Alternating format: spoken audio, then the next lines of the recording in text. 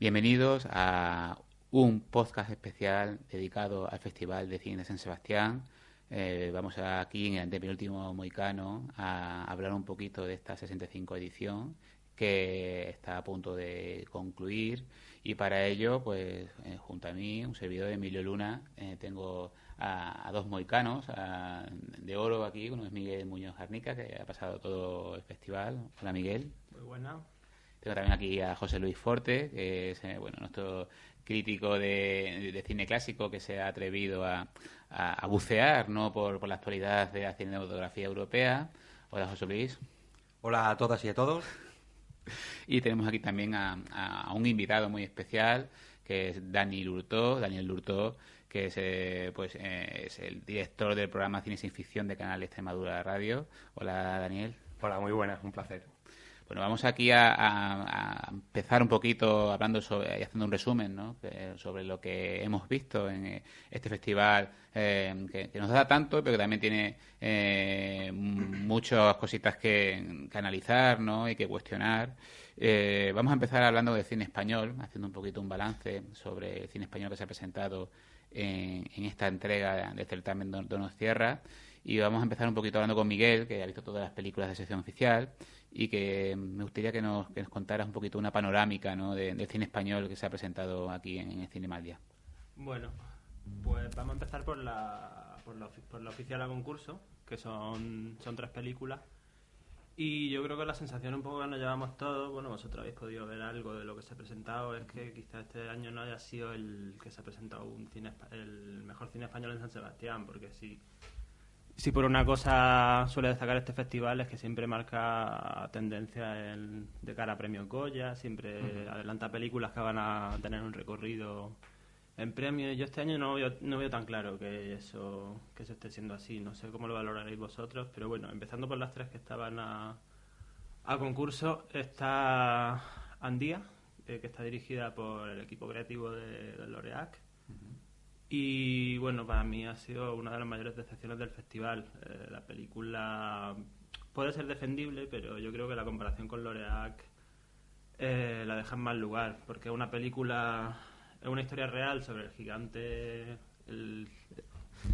el gigante de Alzo, una historia de un tipo con gigantismo en un caserío de Guipúzcoa que se dedica, durante el siglo XIX se dedicaron a pasearle por toda Europa un poco como atracción de feria, y lo que hace es contar la historia real de ese gigante y insertar un poco la historia en un contexto de revoluciones y de cambios en Europa y de cambios vitales para los protagonistas, pero tiene un formato de superproducción que en un sentido positivo se le nota mucho los recursos que tiene, y una película con una ambientación muy, muy potente, pero por otro lado es una película yo creo que muy encorsetada, muy...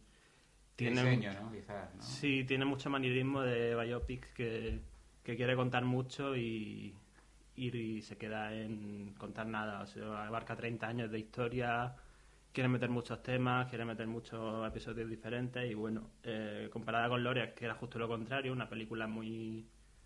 Y yo sé que además Emilio es bastante fan de Loria, ¿no? Muchísimo. Sí.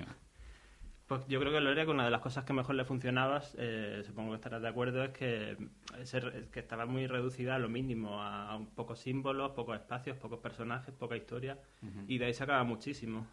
Y esta es una película justo lo contrario, que de mucho contenido sacan muy poca poesía, digamos. Ajá. Luego tenemos en sección oficial también el autor, de Martín Cuenca, que también es un giro interesante en la carrera de Martín Cuenca, porque si recordamos Caníbal, era una película quizá muy seria, muy rigurosa, muy estricta en la puesta en escena y también minimalista guión. en cierta manera, ¿no? En mi Caníbal, quiero decir. Caníbal, sí, también lo es, pero era una película que uno la podía percibir como una cosa muy, muy seria, muy... Que buscaba una trascendencia, quizás, ¿no? Sí, esa sería la palabra. Y el autor es justo lo contrario, un juego sobre un juego fílmico sobre el proceso de creación, que está contado en clave de comedia, y una comedia muy divertida, y lo que hace es contar la historia de un tipo que que quiere escribir una gran novela, pero que no tiene absolutamente ningún talento ni ninguna imaginación. Y te va contando cómo él empieza a manipular a sus vecinos, a su bloque de vecinos, para que a partir de forzar situaciones en sus vidas le den material con el que escribir. Y eso es una reflexión sobre el autor como interventor, como Dios que interviene y manipula un mundo a su antojo. Uh-huh. Pero eso, contaba con mucha gracia y con un toque de thriller que va deslizando giros continuamente, pero de una forma muy lúdica. Entonces, creo que Martín Cuenca en la propia rueda de prensa dijo que él había planteado esta película pensando que no siempre había que aspirar a hacer grandes películas con trascendencia y demás, sino que también el hecho de jugar es importante. Sí. Tenemos una tercera película en competición, que es Life and Nothing More, La vida y nada más, que está dirigida por Antonio Méndez Esparza en su segunda película. Y aunque la hemos visto todos, ¿no?, y tenemos una opinión muy similar, yo creo que la persona más apropiada para hablar de ella es José Luis Forte. Bueno, no sé si la más apropiada, pero bueno, comenta un poquito sobre La vida y nada más, ¿no? Sí. Bueno, pues La vida y nada más, una película rodada por un español en Estados Unidos que intenta reflejar un poquito pues lo que es la situación social de las clases menos favorecidas en este país, ¿no? Se centra la acción en la trama de una familia negra en la que el padre está en la cárcel y la madre pues tiene que mantener a un niño adolescente, como que tiene todo el rato la película la misma cara mustia y como de sufrir muchísimo, porque no puede estar con su padre igual está en la cárcel. En un momento dicen que por crímenes violentos, ¿no? O sea, su padre a lo mejor ha matado a una familia entera con martillazo, pero el niño pues está muy triste porque su papá no está con él en casa, igual para enseñarle, porque no le puedes enseñar a utilizar el martillito, ¿no? En fin, hago un poquito así de broma, pero la verdad es que la película me parece una película muy vacía. Es la típica que, bueno, pues como te trata temas así sociales, lo típico, esta obsesión que tienen muchas películas de cine norteamericano, con la pérdida del padre o ese padre ausente, que siempre lo ponen como algo terrible, algo terrorífico, ¿no? Y nunca se plantean que a lo mejor es una suerte que determinado tipo de padres pues no estén en la familia, ¿no? Eso casi nunca se suele cuestionar. Y de encima aderezado con otro topicazo, que es la llegada del nuevo amante de la madre, que siempre suele ser un tío ruin, miserable, violento, alcohólico, en fin, alcohólico. Esto no significa que la película vaya a ser mala de por sí, ¿no? Si no recuerdo mal, Boyhood también tenía un poco esto, también contaba un poco con esto, y sin embargo consiguen hacer una gran película, ¿no? Pero si ya parten de estos puntos comunes y encima pues una película visualmente es de una pobreza brutal, porque una cosa es no tener medio y otra cosa es no tener imaginación ni capacidad de mirar o reflejar tu entorno con una cámara, ¿no? Tú puedes hacerlo con una cámara de móvil y te puede quedar algo maravilloso, lo puedes hacer con un equipo técnico como lo ha hecho este hombre y queda una cosa anodina, aburrida. Y, en fin, sé que la película está siendo bien recibida, así que os recomiendo que la veáis, aunque a mí me haya parecido insoportable. Y también no despistéis porque los niños cada 2x3 están mirando a cámara.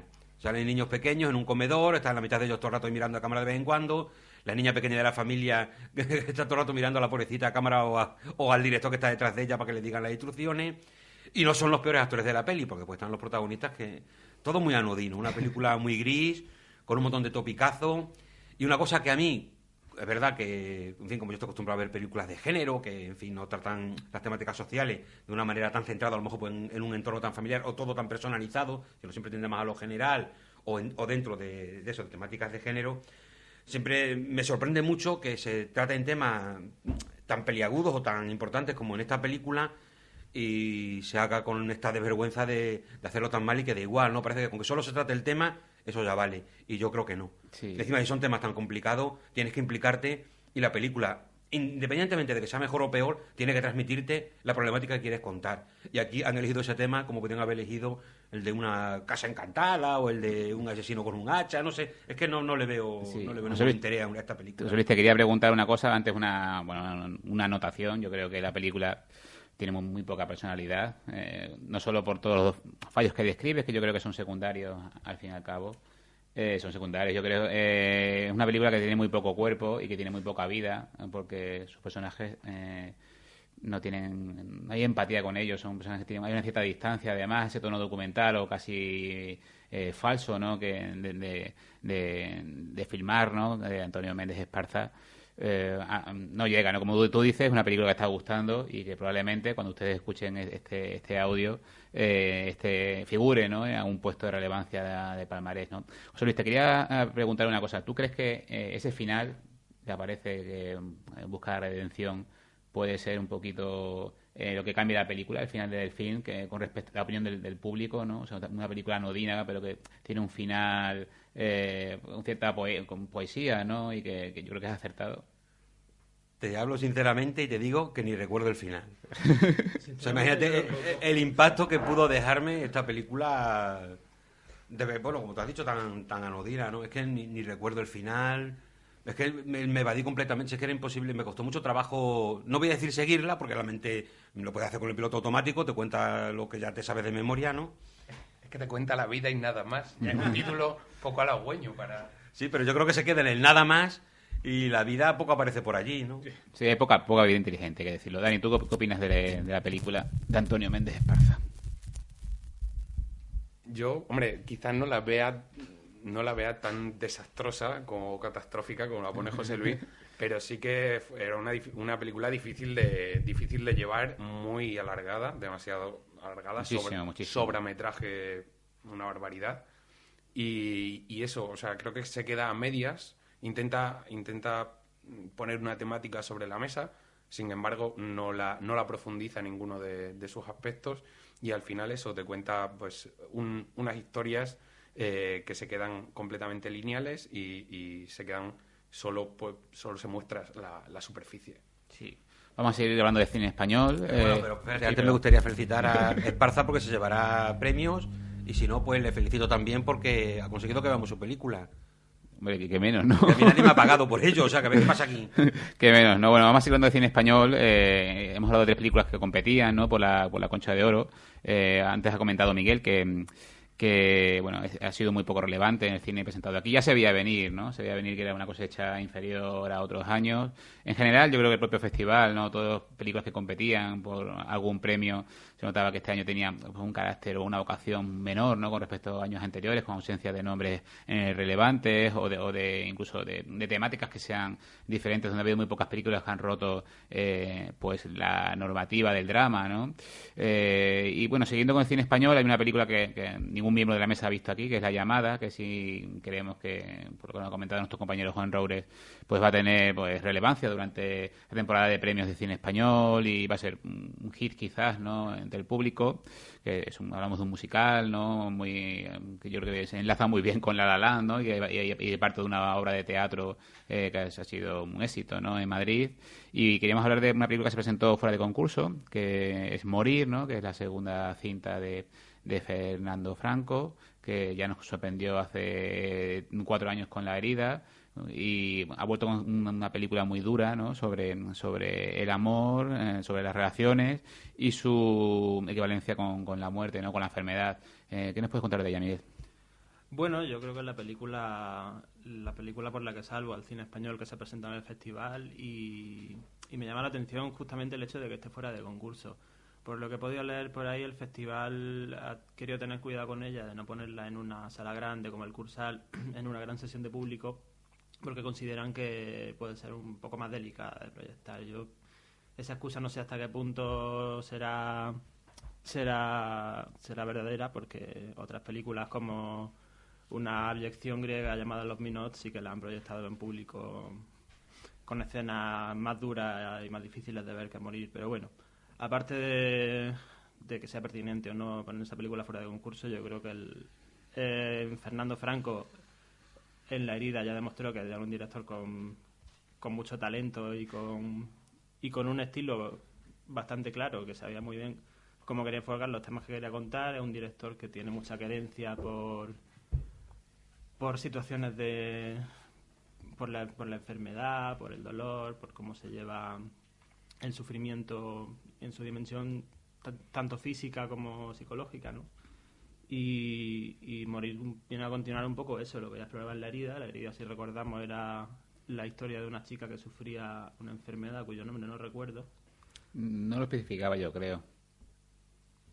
No lo especificaba, ¿no? Sí, bueno, un desorden bipolar o un sí, desorden, un tipo de trastorno autodestructivo. Sí. Y aquí la historia es una pareja que ya desde el principio se ve que es bastante cerrada, un universo de pareja bastante cerrado en el que están él y ella y se presentan en todo momento muy aislados en su propio mundo. Y el principio de la película él desvela que tiene una enfermedad terminal, que seguramente pueda morir pronto, y la película va explorando la vivencia de ese proceso de enfermedad y de decadencia, pero lo interesante es que lo focaliza en el punto de vista de ella completamente, no en el punto de vista de él, que simplemente se dedica a mostrar un poco cómo el avance de la enfermedad le va volviendo hacia un egoísmo cada vez más duro con ella, más misericordia, y cómo ella se le echa sobre los hombros todo el peso de cargar con la enfermedad, porque nadie sabe nada más de eso. Y yo creo que lo que explora en el fondo es una dinámica de pareja en la que desde un principio se ve que hay ahí una especie de, no sé si diría dominio. Dependencia, quizás, ¿no? Sí, dependencia emocional de él hacia ella, que con la enfermedad también se vuelve física. Y entonces el proceso de exploración, en el fondo, es una película que lo que está diciendo es que el amor tiene algo de enfermedad, ¿no? Uh-huh. Es así, yo creo que está muy representado eso. Yo quería añadir que...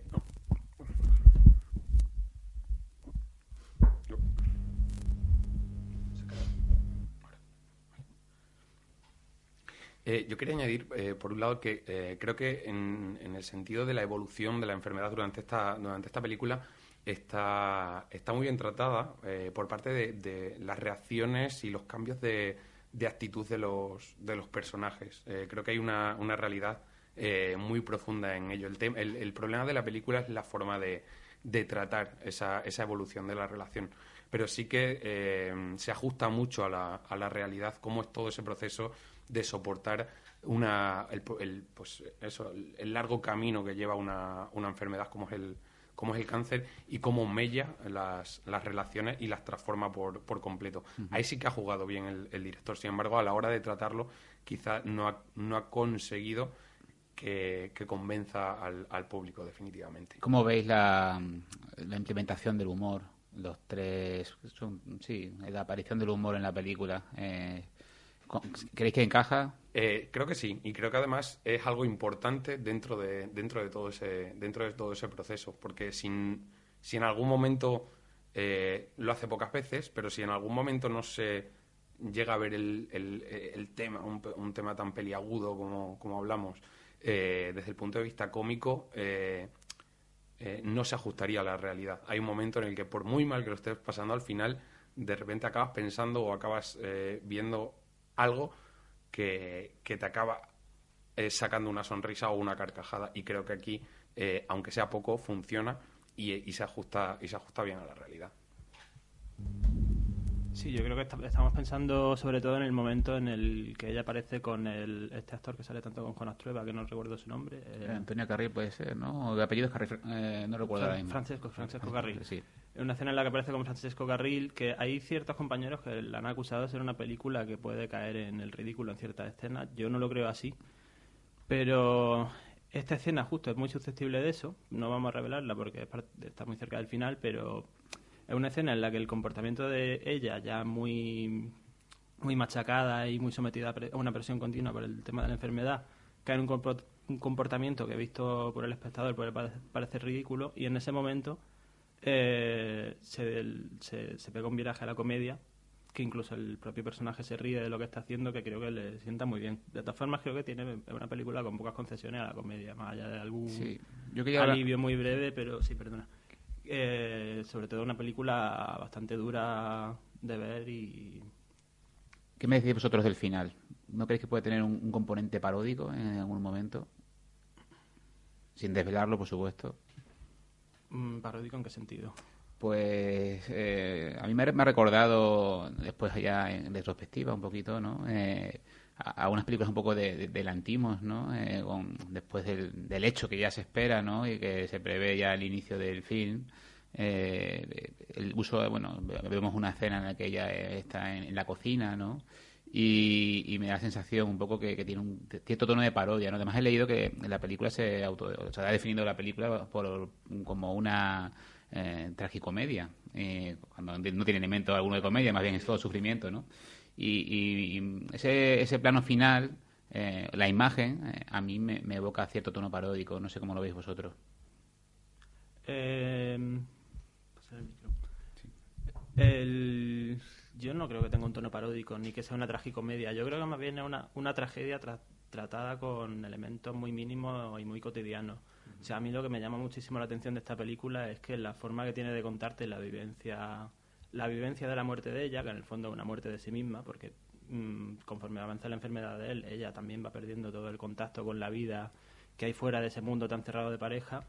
Te lo cuentan en escenas que son muy rutinarias. Hay una escena, por ejemplo, en la que se va al bingo a tomarse una copa, escenas en las que friega los platos, escenas en las que se sienta en el sofá y ve la tele, que son escenas que se cargan mucho de significado por el propio concepto que hay en la película, que es el concepto de morir, pero no, yo creo que tragicomedia no la definiría así, ni tampoco le veo ese elemento paródico, no sé. Yo tampoco se lo veo realmente. O sea, si era lo que pretendía, no se deja ver de una forma fácil.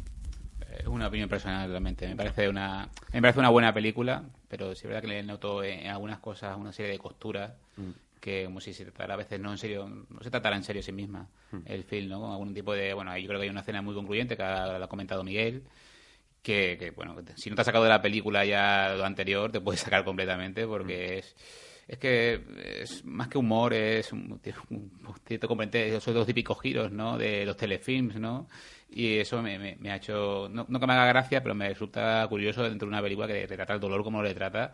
La verdad es que sorprende muchísimo, como has comentado tú, Dani, el retrato de la enfermedad, ¿no? Que es bastante fidedigno y se mueve, ¿no? en una realidad plausible, ¿no? Además, bueno, aquí tengo que añadir que este año hemos podido ver otra peli con una temática ciertamente parecida. En este caso no era una relación de pareja, sino una relación paterno-filial. Es No sé decir adiós, de Lino Escalera. Y creo que en este caso Lino ha sabido sacar mucho más partido todavía al trato tanto de esa carrera contra la enfermedad y del juego de personajes que rodean a esa persona enferma. En este caso se ha quedado mucho más flojo en esta película. Bueno, yo por ir cerrando los comentarios de Morir, decir que para que se vaya avisado es una película que es dura de ver por determinados momentos y que sobre todo tiene una cosa que habéis comentado, y que es una película que si en un momento dado se te cae la credibilidad de la película y tiende a reírte de ella, en ese momento ya la película la has perdido. Yo, en mi caso eso no pasó, fue una película que personalmente viví con mucha intensidad.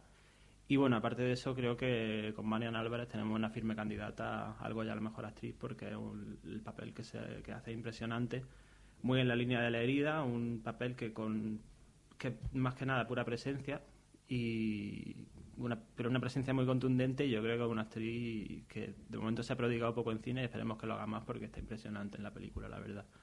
Bueno, pues vamos a acabar este bloque sobre el cine español.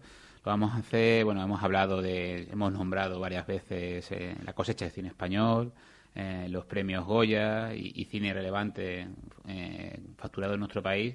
Pero antes de todo ello nos gustaría saber, sé que ustedes lo están deseando, la opinión de José Luis Forte sobre el cine español actual, lo poco que haya visto. ¿Qué opinión tienes, José Luis? Hombre, es que realmente tampoco puedo opinar, no sigo en realidad no sigo la actualidad apenas. Y bueno, ya sabéis que en el Moicano yo me encargo de las películas viejunas, las películas antiguas, que realmente el cine que suelo ver, ¿no? Pero y las pocas cositas que veo de actualidad, pues bueno, tampoco de cine español, nada, muy poquito.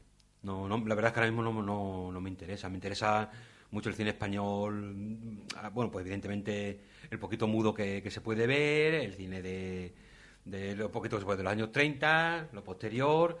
Y bueno, siempre me ha interesado mucho el cine español, el cine de los 70, primeros 80, que me parece muy loco, me parece una época que quizás formalmente no sea la mejor de nuestro cine, pero sí que hubo experimentos ahí rarísimos, ¿no? Y cosas muy, muy apasionantes, un momento muy efervescente. Quizás sea una época que también me gusta mucho. Pero a partir de ahí, pues bueno, Entonces, por eso, es que Emilio, no sé para qué me preguntas esto, porque soy quería- la persona menos apropiada del mundo para opinar del cine español Quería actual. polémica, pero no Te la he preguntaba encontrado. con claras intenciones de que te pusieras Destroyer, pero no has decepcionado. No, hombre, pero es que no puedo poner Destroyer si nada más que he visto... a ver, he visto esta de La vida y nada más.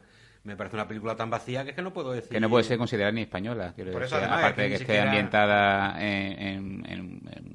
en otro país, ¿no? No tiene ningún rasgo que se pueda identificar con el cine español, ¿no? Bueno, vamos a pasar al segundo bloque, vamos a pasar a la sección oficial, vamos a hablar un poquito de las películas que van a luchar o han luchado por la Concha de Oro, y vamos a empezar un poquito hablando de las películas que más nos han gustado. Después pasaremos a las pequeñas decepciones, dentro de que tampoco esperábamos demasiado de esta competición del Cinemalia, ¿no?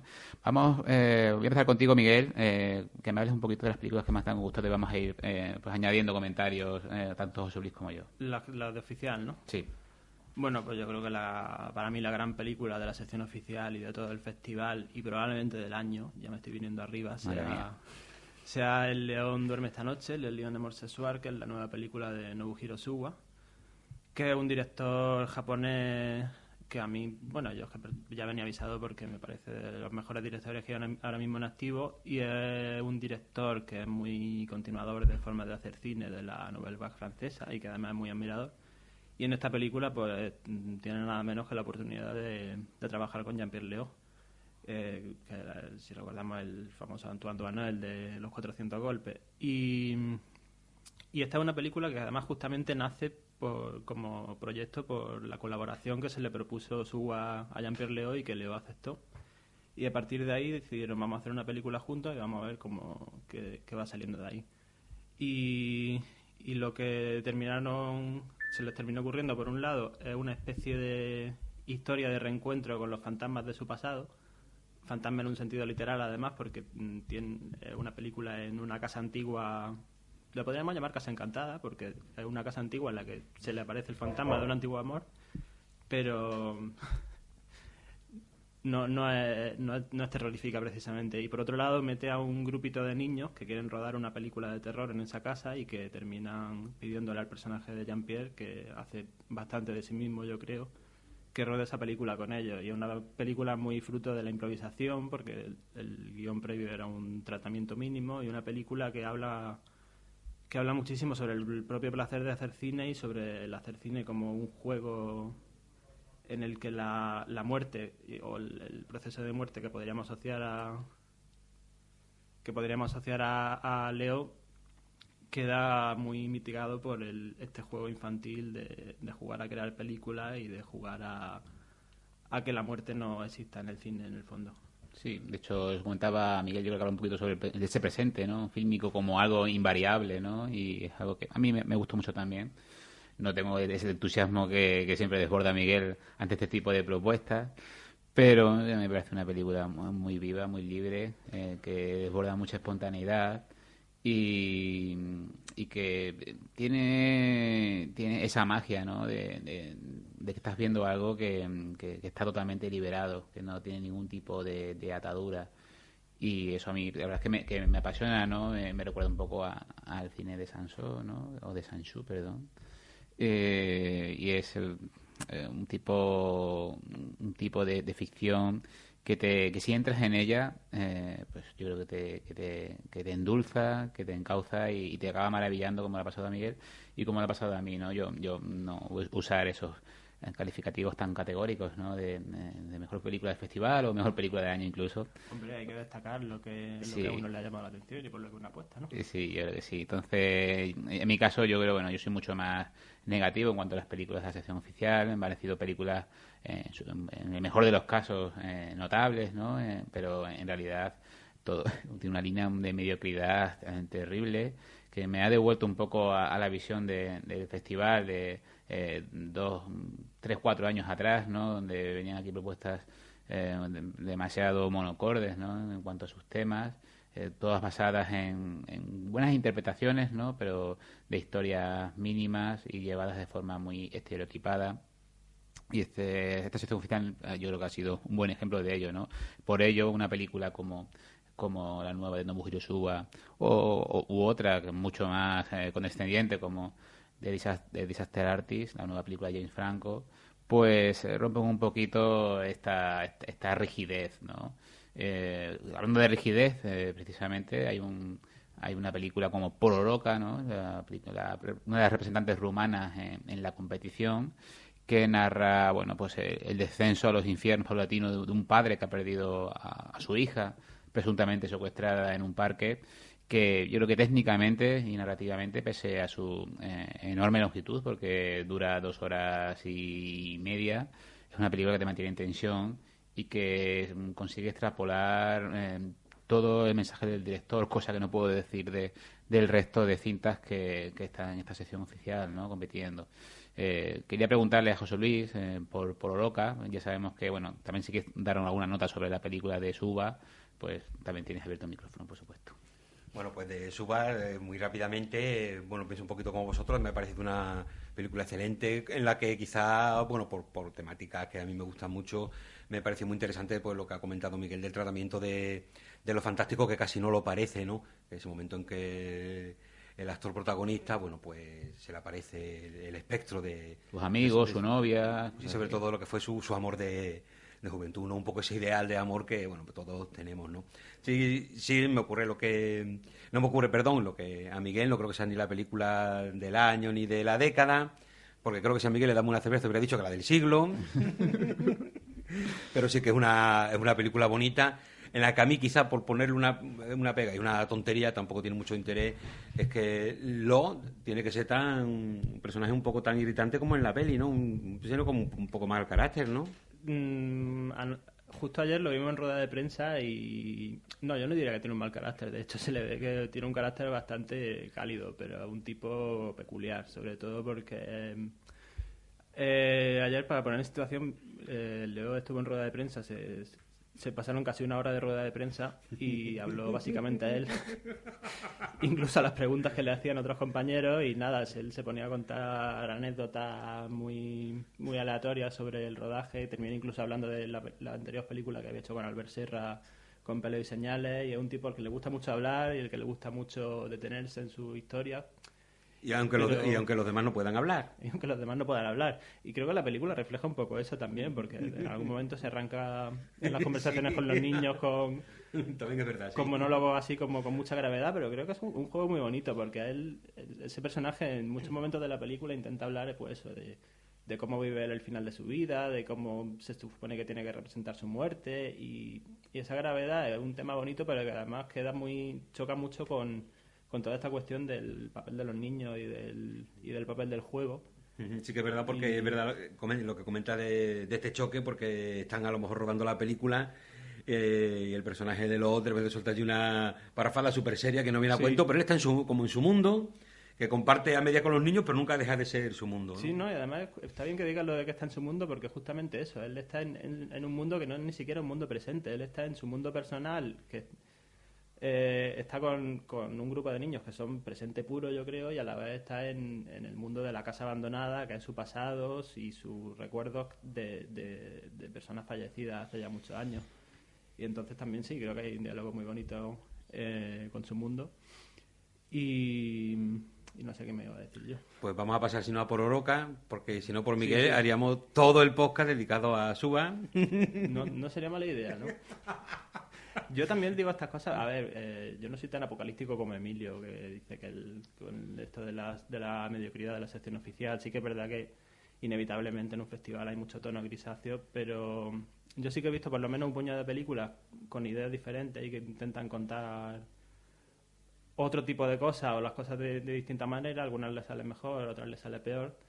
Y sobre todo eso, me parece que la de Suba es una película que se va a recordar muchísimo. Y probablemente esté entre las mejores del director, si no la mejor. Pero bueno, vamos con Pororoca. Miguel, te arrastra el amor. La verdad es que sí, uno sabía lo que venía. Vamos con Pororoca. Bueno, con Pororoca, bueno, pues rápidamente, esta película, si no recuerdo mal, era rumana, ¿no? Bueno, pues es verdad que tiene un inicio, quizás todo lo que es el punto de partida de la película, los primeros momentos, me llamaron mucho la atención. Él describe lo que es una familia en su vida cotidiana. Me encanta cómo describe ese mundo, lo que digamos que transpira, lo que se suele decir, ¿no? Transpira mucha realidad, mucho sentido de la realidad, mucha veracidad sobre todo, en lo que es un matrimonio con 2 niños, un niño y una niña, pequeñitos, ¿no? Que reflejan muy bien esos momentos íntimos, esos momentos de cercanía y lo que es una familia, vamos a decirlo ya, pues que vive feliz, ¿no? Me encantó porque lo refleja, ya he dicho, de una forma muy... Sí, hay que decirlo porque tampoco que sea un adjetivo que está muy trasnochado y a la gente no le gusta, pero es verdad, tiene un inicio que a mí me pareció muy bonito, la verdad, me llegó bastante, ¿no? Entonces, evidentemente, sabes que siendo este tipo de película, te ponen este inicio todo feliz para empezar a darte martillazos en la cabeza a la que te descuides, ¿no? Como es lo que ocurre en la peli, ¿no? Hacia la mitad, bueno, pues está la famosa secuencia del parque, ¿no? No entrar en más detalle, pero quizá se ha comentado mucho a lo largo del festival, todo el mundo diciendo que es una de las mejores secuencias evidentemente de la película, pero además de lo mejorcito que se ha visto en el festival, en la sección oficial, ¿eh? Siempre dentro de la sección oficial. Pues si le salimos de sección oficial, bueno, pues esta secuencia tampoco tiene mucho que hacer, ¿no? A mí personalmente me parece muy impactante, está muy bien llevada. Tanto el plano general posterior, bueno, no vamos a entrar en detalle, ¿no? Como el que es más cercano, donde casi toda la acción va sucediendo fuera del personaje protagonista, ¿no? A mí, todo eso me parece muy interesante, está muy bien, pero es un pequeño detalle que además me da más rabia porque viendo eso me parece aún peor a donde lleva la película, ¿no? Que me parece de repente toma un sendero de trillado, que ya sabes lo que va a pasar, que visualmente no me parece tan brillante, las ideas se le van y le sucede un poco lo que a su protagonista, ¿no? Que cada vez se encabezona más en una idea fija y llega un momento en que lo único que estás deseando es que la película termine, ¿no? Entonces me dio bastante rabia, la verdad, porque su primera 3/4 de hora, primera hora, me estaban gustando mucho. Es un cine, también lo digo, que no es el que a mí me va, no es mi estilo de cine, pero fijaos cómo sería que me estaba convenciendo la película, la estaba disfrutando, ¿no? Cuando una película que no tiene nada que ver con lo que estás acostumbrado a ver, o si quieres te gusta, te estás llegando, es porque la película tiene potencia, tiene fuerza, ¿no? Tiene vida. Pero hay a partir del momento que realmente me salí, vamos, creo que cualquier espectador bueno, cualquiera no, porque la película ha gustado, perdón. Bueno, eso tiene su discusión, porque sí que es verdad lo que dice Forte. Bueno, yo decir que la famosa secuencia del parque, que es un plano secuencia la mayoría, ¿no? Creo. Es un plano secuencia que parte de lo estático para después moverse lo dinámico, siempre, como ha dicho Forte, alrededor del protagonista, que no siempre es el protagonista. A mí esa secuencia me parece de lo más brillante que he visto en el festival al completo, ¿eh? Y creo que es muy meritoria, pero para mí, igual que para Forte, es una película que en un momento dado se traiciona a sí misma. No tanto porque lo que pasa en pantalla no tenga lógica interna dentro del relato, porque hay una lógica ahí de descomposición y de caída personal, pero sí que traiciona mucho lo que creo que es el tono inicial de la película, que es un tono mucho más abierto, con mucha más vida interior dentro de la película, que te sitúa en un escenario mucho más amplio, y al final la película es una película que abre mucho sus lecturas y luego la cierra de una forma demasiado contundente y con una media hora final sobre todo que a mí me da mucha rabia, porque creo que lo que podría haber sido una gran película se sabotea un poco a sí misma, pero aquí el más entusiasma de por Oroca, Emilio. Bueno, sí estoy de acuerdo contigo en lo de la contundencia final, y lo vamos a dejar ahí sin añadir ningún dato más. A mí una película que me entusiasma, al contrario que José Luis, es el tipo de cine que me suele llegar, ¿no? Yo además creo que dentro del cine rumano me parece una apuesta diferente. Vuelvo otra vez a las clases medias, ¿no? Recordamos que cuando comenzó esta nueva ola del cine rumano, pues se trataba un poquito el pozo, ¿no? de la Rumanía comunista, ¿no? Y aquí ya estamos ya en pleno siglo XXI, nos retrata la clase media, en este caso mucho fuerte de una manera idílica al comienzo, ¿no? Porque nos representa a casi una familia perfecta, ¿no? Donde todo funciona muy bien, y que a partir de un hecho que es casi una anécdota, pues comienza este vía crucis, ¿no? A mí yo creo que es una película coherente, incluso su final, que puede ser muy cuestionable, ¿no? Por ese cambio brusco. Yo creo que es una liberación, ¿no? A toda esa tensión, yo creo que es la última exhalación, ¿no?, de un muerto, ¿no?, de un muerto en vida. Y para mí me parece una película sensacional, dentro de que bueno, yo creo que su extrema duración, ¿no?, que puede estar justificada para delinearnos bien el statu quo, ¿no?, del protagonista. Me parece una película que además puede funcionar bien entre el público, ¿no?, porque dentro de una película elitista, ¿no?, y exigente, ¿no?, con el espectador. Sobre eso del público, añadir que ya tiene distribución española, por cierto. Sí. ¿Quién era la distribuidora? Vale. Barton Films, ¿no? Es que no te he escuchado, Dani. Sí, o sea que la veremos en sala más pronto que tarde. Y bueno, yo creo que para concluir, como estas son las dos mejores películas, ¿no?, de la sección oficial, y a continuación pues vamos a hablar un poquito de cositas que nos hayan gustado, ¿no?, de esta competición, ¿no? Voy a comenzar yo, pues hablando de Leech, que es una película, es un biopic, no puedo decir tanto al uso, porque yo creo que se sale un poquito de lo académico, ¿no?, que nos representa la juventud, ¿no?, de Mademoiselle Paradis, que fue una pianista que pasó a ser ciega siendo muy joven, ¿no?, por una enfermedad pues desconocida en la época. Estamos en el siglo XVIII alemán. Y a mí la película en sí no me interesó demasiado, porque bueno, tiene un ritmo bastante tedioso y le cuesta, nunca termina de arrancar del todo, aunque lo intenta desesperadamente. Pero me llamó mucho la atención la interpretación de la protagonista, ¿no?, de María Dragus, que ya la conocía porque es una actriz habitual del cine rumano, una chica muy joven. Y me sorprendió mucho porque la verdad es que me impresiona un montón. Lo primero que ves, además, la secuencia de apertura, en el que ves a alguien, ¿no?, tocando el piano y solo se centra en su rostro, y ese movimiento de ojos que puede parecer exagerado, pero que enseguida te das cuenta que se trata de una persona ciega. Y yo creo que estamos hablando de una persona que ve bien, una actriz que ve bien, y yo creo que eso lo borda, ¿no? Produce cierta incomodidad, ¿no?, el verla, y eso yo creo que es el mejor calificativo que se le puede emplear, ¿no?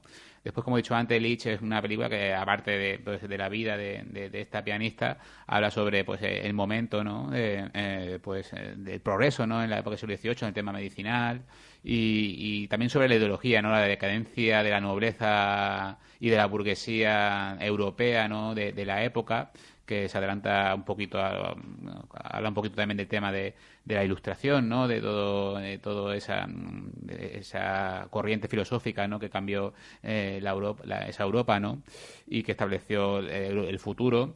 Y para mí es una película, Leech, que juega a intentar sorprender, ¿no? Al final se queda en nada, pero que tiene a una actriz que me gustaría ver en el palmarés, y que yo además le auguro un buen futuro, porque además creo que ya tiene algún papel en ciernes en el cine americano, que iba a ser alguien que yo creo que va a representar el cine alemán, el cine rumano en el futuro. ¿Qué opinas de Leech?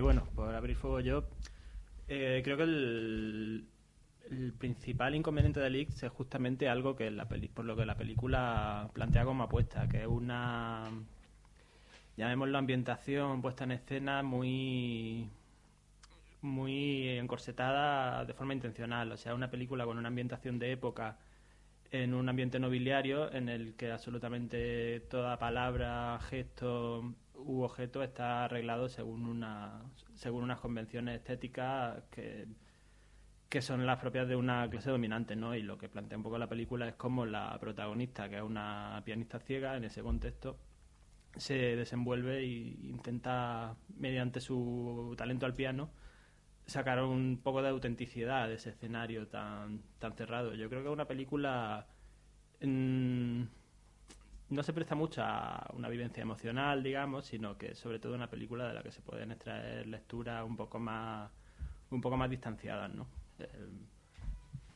Dani, por ejemplo. Yo quería hablar de esa trama secundaria que también propone, de la diferencia.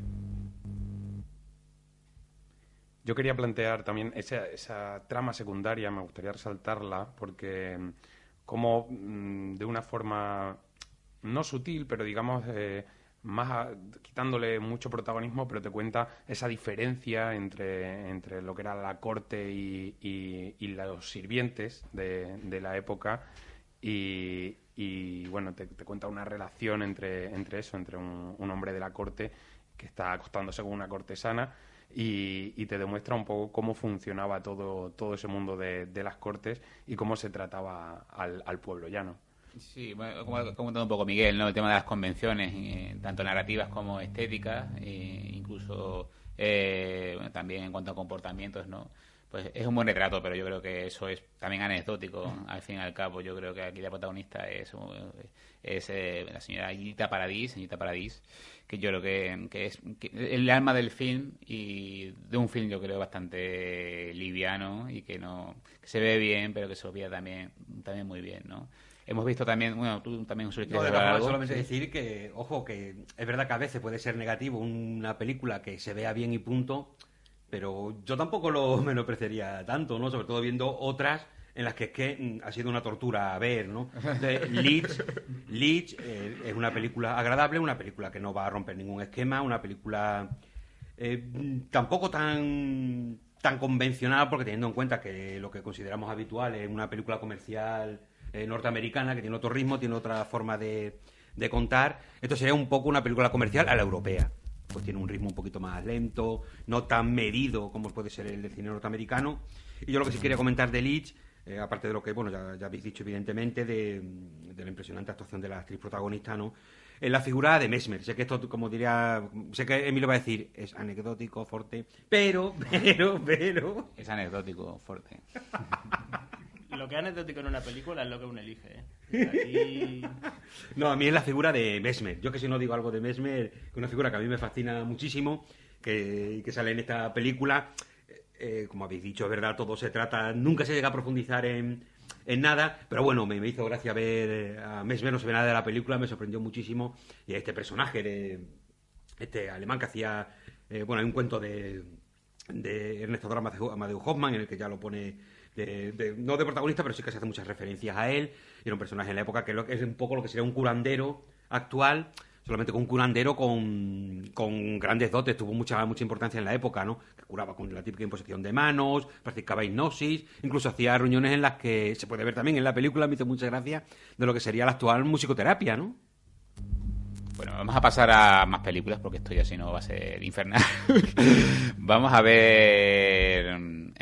bueno, vamos a hablar de dos películas en blanco y negro. Una es El Capitán, una película alemana dirigida por Robert Schwenke, que seguramente a los más cinéfilos le sonará porque ha hecho películas en Estados Unidos como Red, ¿no? O The Times Traveler Wife, por ejemplo. También de repente está en la saga Divergente. Divergente también, por cierto. Madre mía. Y después tenemos una película polaca, Beyond Words, Más allá de las palabras, que será distribuida en España por Susy Films. ¿Qué opinión tenéis de estas dos propuestas que comparten no el mismo color en pantalla, pero son totalmente opuestas? Hombre, yo reivindico esta película. La película del Capitán realmente posiblemente sea una de las que pase desapercibida en palmarés. No creo que vaya a tener ninguna repercusión de premios. Pero sí que me ha parecido una película que cuenta un trocito de historia basada además en una historia real de este personaje, de este soldado que deserta y se encuentra un traje de capitán y de repente pues empieza a comportarse como tal y consigue llegar a una altura de poder importante y comete unas atrocidades brutales. Creo que es una representación más de lo que se vivió en Alemania. Quizá, ya digo, no lo hace de una forma diferente ni lo trata ni grandilocuentemente, ni te quiere venir a mostrar nada nuevo, pero es una historia más que creo que debe conocerse y no está tampoco mal dirigida. Llama la atención también ese color blanco y negro, al igual que Beyond Words, de la otra película polaca que hemos tenido en blanco y negro. Y creo que al final acaba con una sátira con los títulos de crédito que primero funciona para que te quedes viendo los títulos de crédito, que eso es algo que me gusta mucho en las películas, porque hay que reconocer el trabajo de la gente que ha hecho la película. Y segundo, te cuenta un poco cómo nuestra sociedad ya no acepta qué tipo de comportamientos, pero al final en algunas ocasiones estamos sometidos sometidos a ellos. No sé, yo creo que es una historia que debía conocerse por otra historia más de las atrocidades de la Segunda Guerra Mundial y creo que es una peli correcta. ¿Qué opináis vosotros del Capitán? Bueno, como ha dicho Dani, quizá lo que mejor refleja es esa borrachera de poder, ¿no? Como empieza siendo nadie y de repente el acceder a poder, el poder ejercitarlo, te va enloqueciendo, te va pues, volviendo un tirano, un pequeño dictador, ¿no? La película creo que comienza de una forma potente. Es verdad que el blanco y negro le sienta fenomenal a la película. La estética de la Segunda Guerra Mundial pues le viene bien, porque además la dirección, con un tono bastante clásico, pues esto hace que parezca aún más clásica. Y sobre todo la primera mitad, no sé si decir la primera media hora, 3/4 de hora, la película para mí estaba funcionando muy bien, porque mezclaba a la perfección toda la temática que quería contar, de cómo solamente el hecho de ponerte un traje ya te da poder, la locura de que te ayuda también a entender cómo funcionan muchas veces las dictaduras. Bueno, no hace falta dictadura, las mismas democracias, ¿no? Como si tú dices que eres amigo de tal personaje importante, todo el mundo te cree, empiezas a hacer cosas y se crea como una... Lo ha dicho Hitler, lo ha dicho Hitler, pues hagámoslo todos. Y se crea este trama de mentiras entre comillas, tan divertida, ¿no? Por lo menos ya digo, en esta primera parte del film, en el que mezcla muy bien lo que es la terrible historia que se está contando, lo que es el drama y el horror de la Segunda Guerra Mundial, pero una película que no deja de tener su toque divertido, lo que le daba un tono que a mí me estaba gustando mucho, porque era una manera que no es habitual de acercarte a algo horrible, pero que te puede reír sin que en ningún momento sea una comedia, ¿no? Y eso me estaba gustando. Era un tono que yo creo que va muy interesante y que encima en este festival, porque por regla general, pues está muy, muy desaparecido, ¿no? Por desgracia, ya digo, pasa ese momento y la película cae, bueno, pues en lo que... Pues siempre lo que pasa con todo yo creo que es cine que quiere ser más autoral, ¿no? Que tiene una obsesión con que tienen que contar el drama más terrible de la historia, todo se desmadra, aquello es una sucesión de atrocidades y llega un momento en que es como todo, ¿no? Es como... Yo siempre digo que es el efecto Walking Dead, ¿no? Llega un momento en que has visto tantos cadáveres despedazarse que ya puedes estar comiendo un bocadillo, puedes estar con tu sopa tranquilamente viendo 1000 cuerpos despedazarse porque tu ojo se acostumbra. Yo creo que aquí sucede lo mismo. Llega un momento en que las películas te ponen tantas escenas violentas que llega un momento en que ya te dan igual, ¿no? Por lo menos a mí me sucede. Entonces no impacta. Me da igual que el tipo quiera hacer algo muy violento, muy desagradable, o en este caso un descenso al horror casi caricaturesco, ¿no? De que llega la situación, pero que a mí ya no me importaba. Bueno, yo la verdad es que estoy bastante de acuerdo con la visión que tiene Fuerte de esta película. Creo... Para eso te pago, Miguel. Por supuesto. Que por cierto, con la descripción que hacía del personaje me estaba recordando un pequeño Nicolás nazi. Es que no deja de ir un poco por ahí, ¿no? Sí, va mucho por ahí. Pero bueno, por ponerme positivo, yo creo que la película tiene cosas muy buenas y el problema es que la suelta toda en los primeros 3/4 de hora. A mí me llamó muchísimo la atención, por ejemplo, el tratamiento del sonido de la película, como la ambientación de lo que es Alemania en los territorios finales del régimen nazi, que es un caos de hambre, de soldados desertores que hacen barrabasadas por ahí, de terror.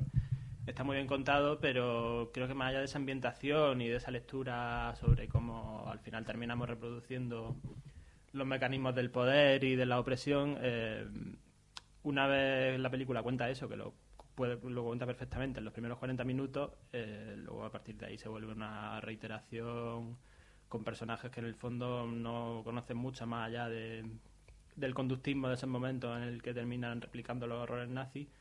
Y que a mí me parece morbosilla en algunos momentos incluso. Y bueno, seguimos con Million Words, ¿no? Sí, vamos a seguir con Million Words. Bueno, añadir que el Capitán, a mí, también como a José Luis y como a Miguel también, me decepcionó en cuanto vimos la primera hora, que yo creo que es bastante interesante, ¿no? Por la ambientación, por ese tono casi de humor negro, ¿no? que porta. Cuando la película pierde su tensión y se convierte simplemente en un catálogo de maldades y de dolor, ¿no? Pierde interés porque acaba siendo muy reiterativa, muy aburrida. Hay algo que es interesante, ¿no? Y es también una comparativa de este antihéroe o héroe, si al fin y al cabo, ¿no? Porque es un cara dura que hace, que incluso engaña, ¿no? A la burocracia teutona, ¿no? Que ya está al borde ya de la salación también. Es un poco también una equivalencia con lo que fue Adolf Hitler, ¿no? Adolf Hitler llegó al poder casi de penalti, ¿no? Forzado. Alemania necesitaba a alguien que dirigiera el país después de la vergüenza que supuso la Primera Guerra Mundial, un país en crisis. Y Adolf Hitler, pues casi se encontró ese traje de capitán, ¿no? Como le sucede a este protagonista, ¿no? Y habla un poquito sobre el poder, ¿no? Sobre ese poder no controlado, ¿no? Que hace locuras, porque hablamos de un tipo que estaba huyendo y que de repente se convierte en un auténtico tirano en un ratito, ¿no? Y porque le cogió gusto, ¿no? Porque vio que era mucho mejor no huir y aún ser otra persona, ¿no? Y es una película que, bueno, que es interesante, sin más. El blanco y negro también creo que es anecdótico, aunque le da un toque diferente. Y bueno, algo para comentar, José Luis, sobre ella, ¿no? No, yo solamente os quería preguntar si no pensáis que esta película, en vez de ceñirse a la realidad, porque evidentemente, aunque la segunda parte nos guste menos, pero se está haciendo una historia que ocurrió, tampoco puedes decir que no, que se esté inventando, por desgracia, no se está inventando nada. Pero ¿no pensáis que quizá si hubiera seguido con el tono de la primera, si hubiera apartado de realidad y hubiera creado su propio personaje ahistórico, la película hubiera tenido... Si se hubiera quedado en ese tono de la primera parte, hubiera sido de una película mucho mejor? Es que aunque sea una historia real, no me la creo como me la cuentan. No, sí, ¿sabes? pero no voy a eso. Me refiero que eso fue un condicionamiento para el autor. El autor lo que hizo fue ceñirse a la realidad. Sí. Después, evidentemente, ya otra cosa es cómo la percibimos, ¿no? Sí. Pero si él se hubiera quitado ese lastre, digamos, si hubiera hecho, dice, bueno, pues tomo esta idea que fue real, pero hago con ella lo que quiero. Hombre. Creo que hubiera hecho una película mucho más interesante. El material, lo que es el planteamiento inicial del film, pocos en esta sección oficial, incluso en el mismo festival, vamos a encontrarlo, ¿no? Yo creo que es muy original en algunos momentos, ¿no?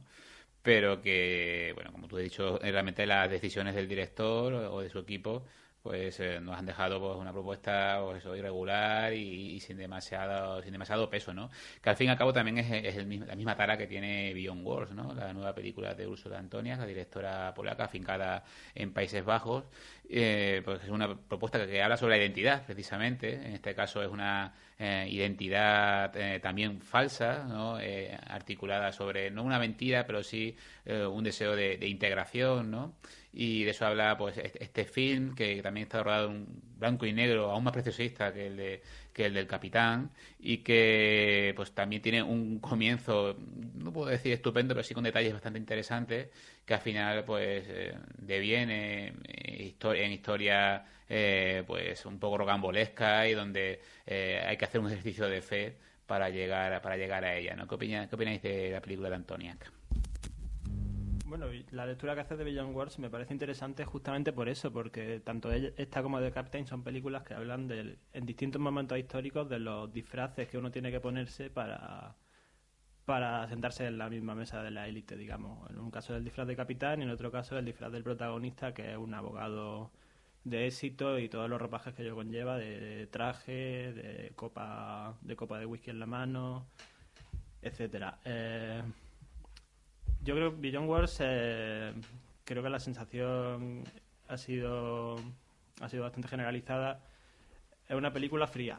Es una película que creo que busca ser fría y que deja frío al espectador y que plantea un tema de la integración del inmigrante en Alemania a través de los ojos de este personaje del que hablo, que es un polaco que está obsesionado en no parecer polaco en absoluto, en parecer un alemán más.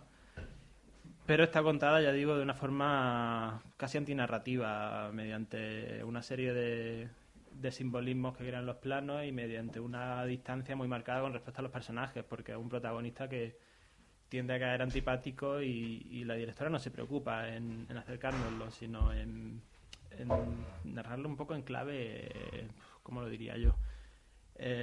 No tanto simbólica como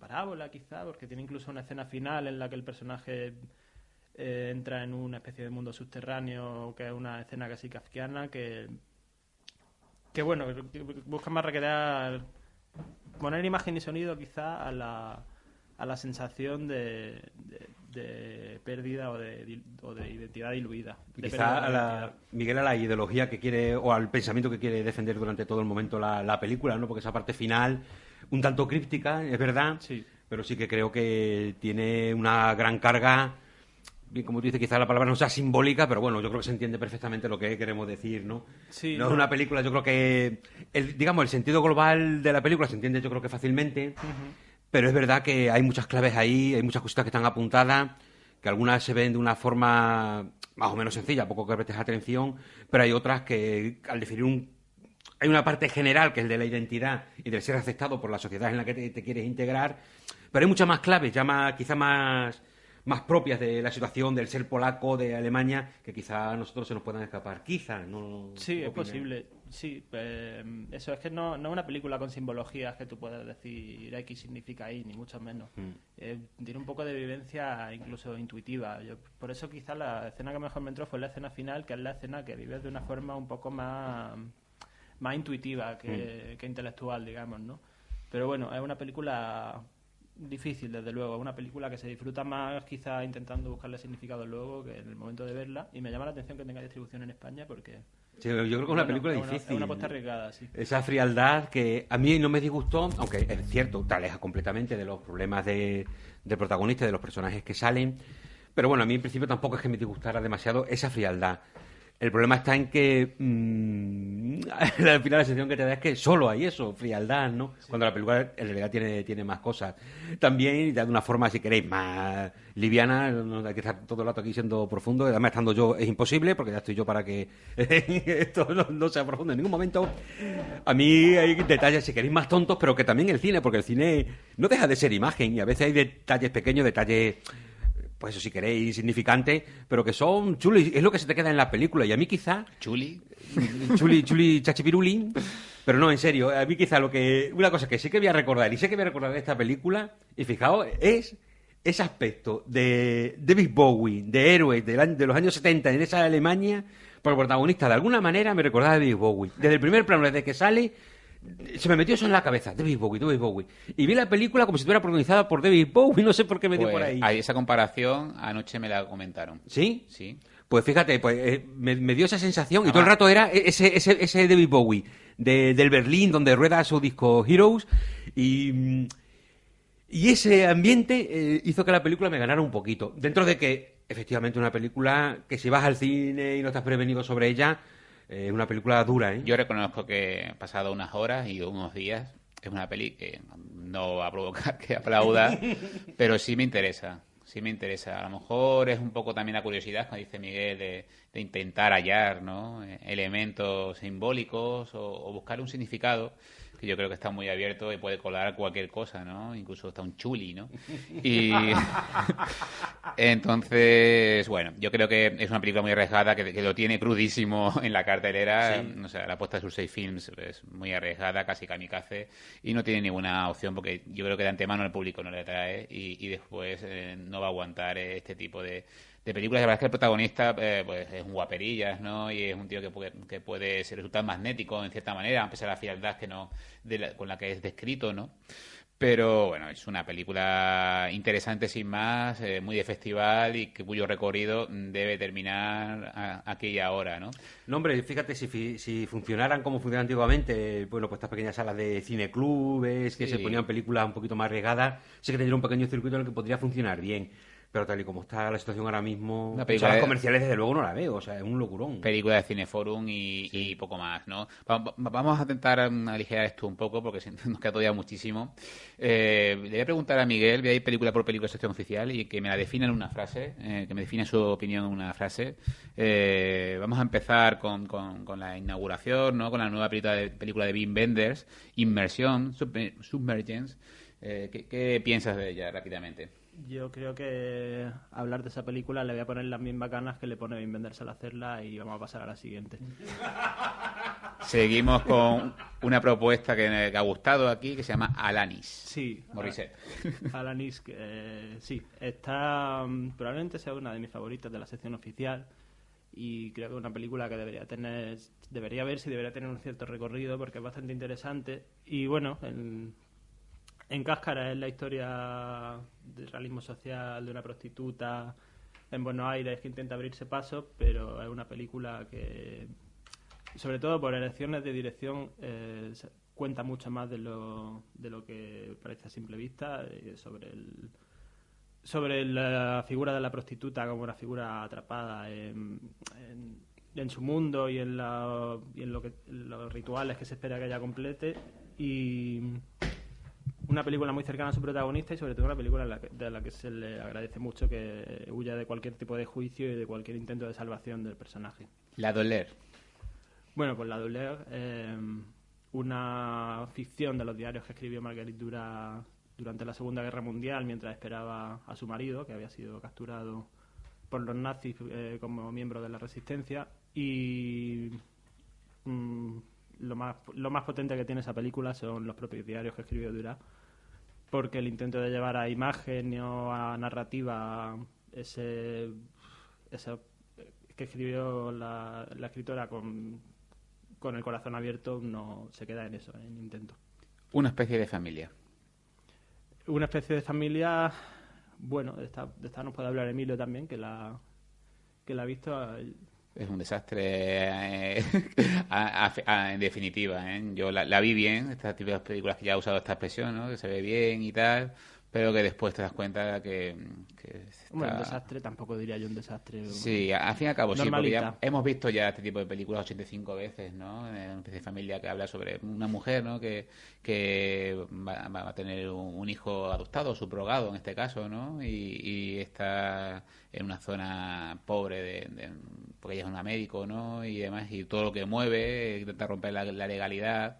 Y representa diferentes estados, ¿no? Diferentes historias dentro de una misma, o diferentes sensaciones, ¿no? Que evoca la protagonista, que al final tira del estereotipo más básico, ¿eh? Incluso a mí Bárbara Lenin no me convence del todo, porque aquí además usa un acento argentino y demás, o sea, no es de española en territorio sudamericano.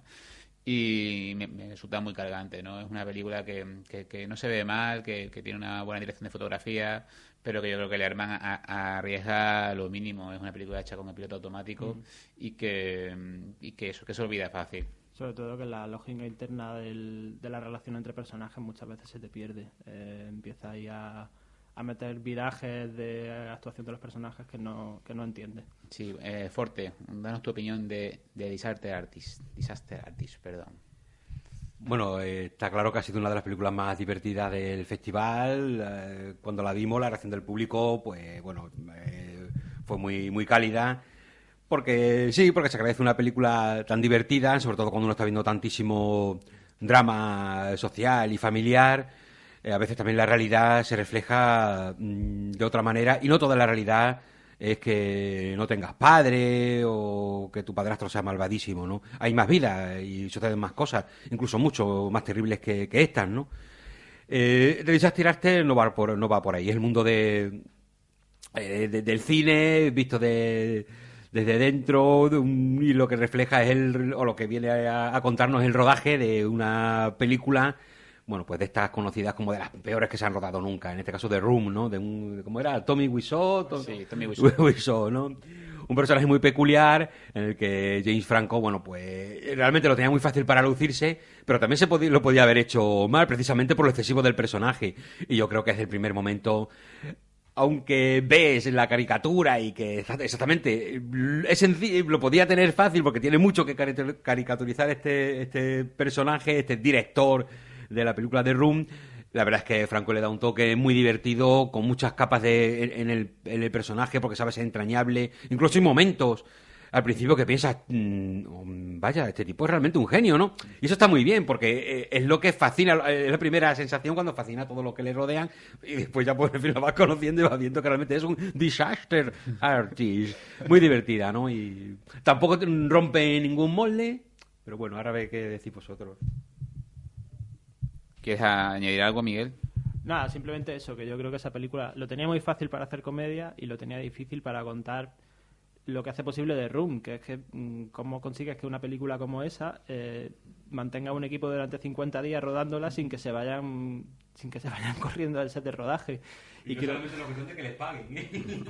Sí, y ese magnetismo y ese encanto del personaje, porque es un personaje muy entrañable, es verdad, pese a que sea tan patético, se le rescata a la vez de ese patetismo y eso lo cuenta muy bien. Y yo creo que eso era lo difícil y lo consigue.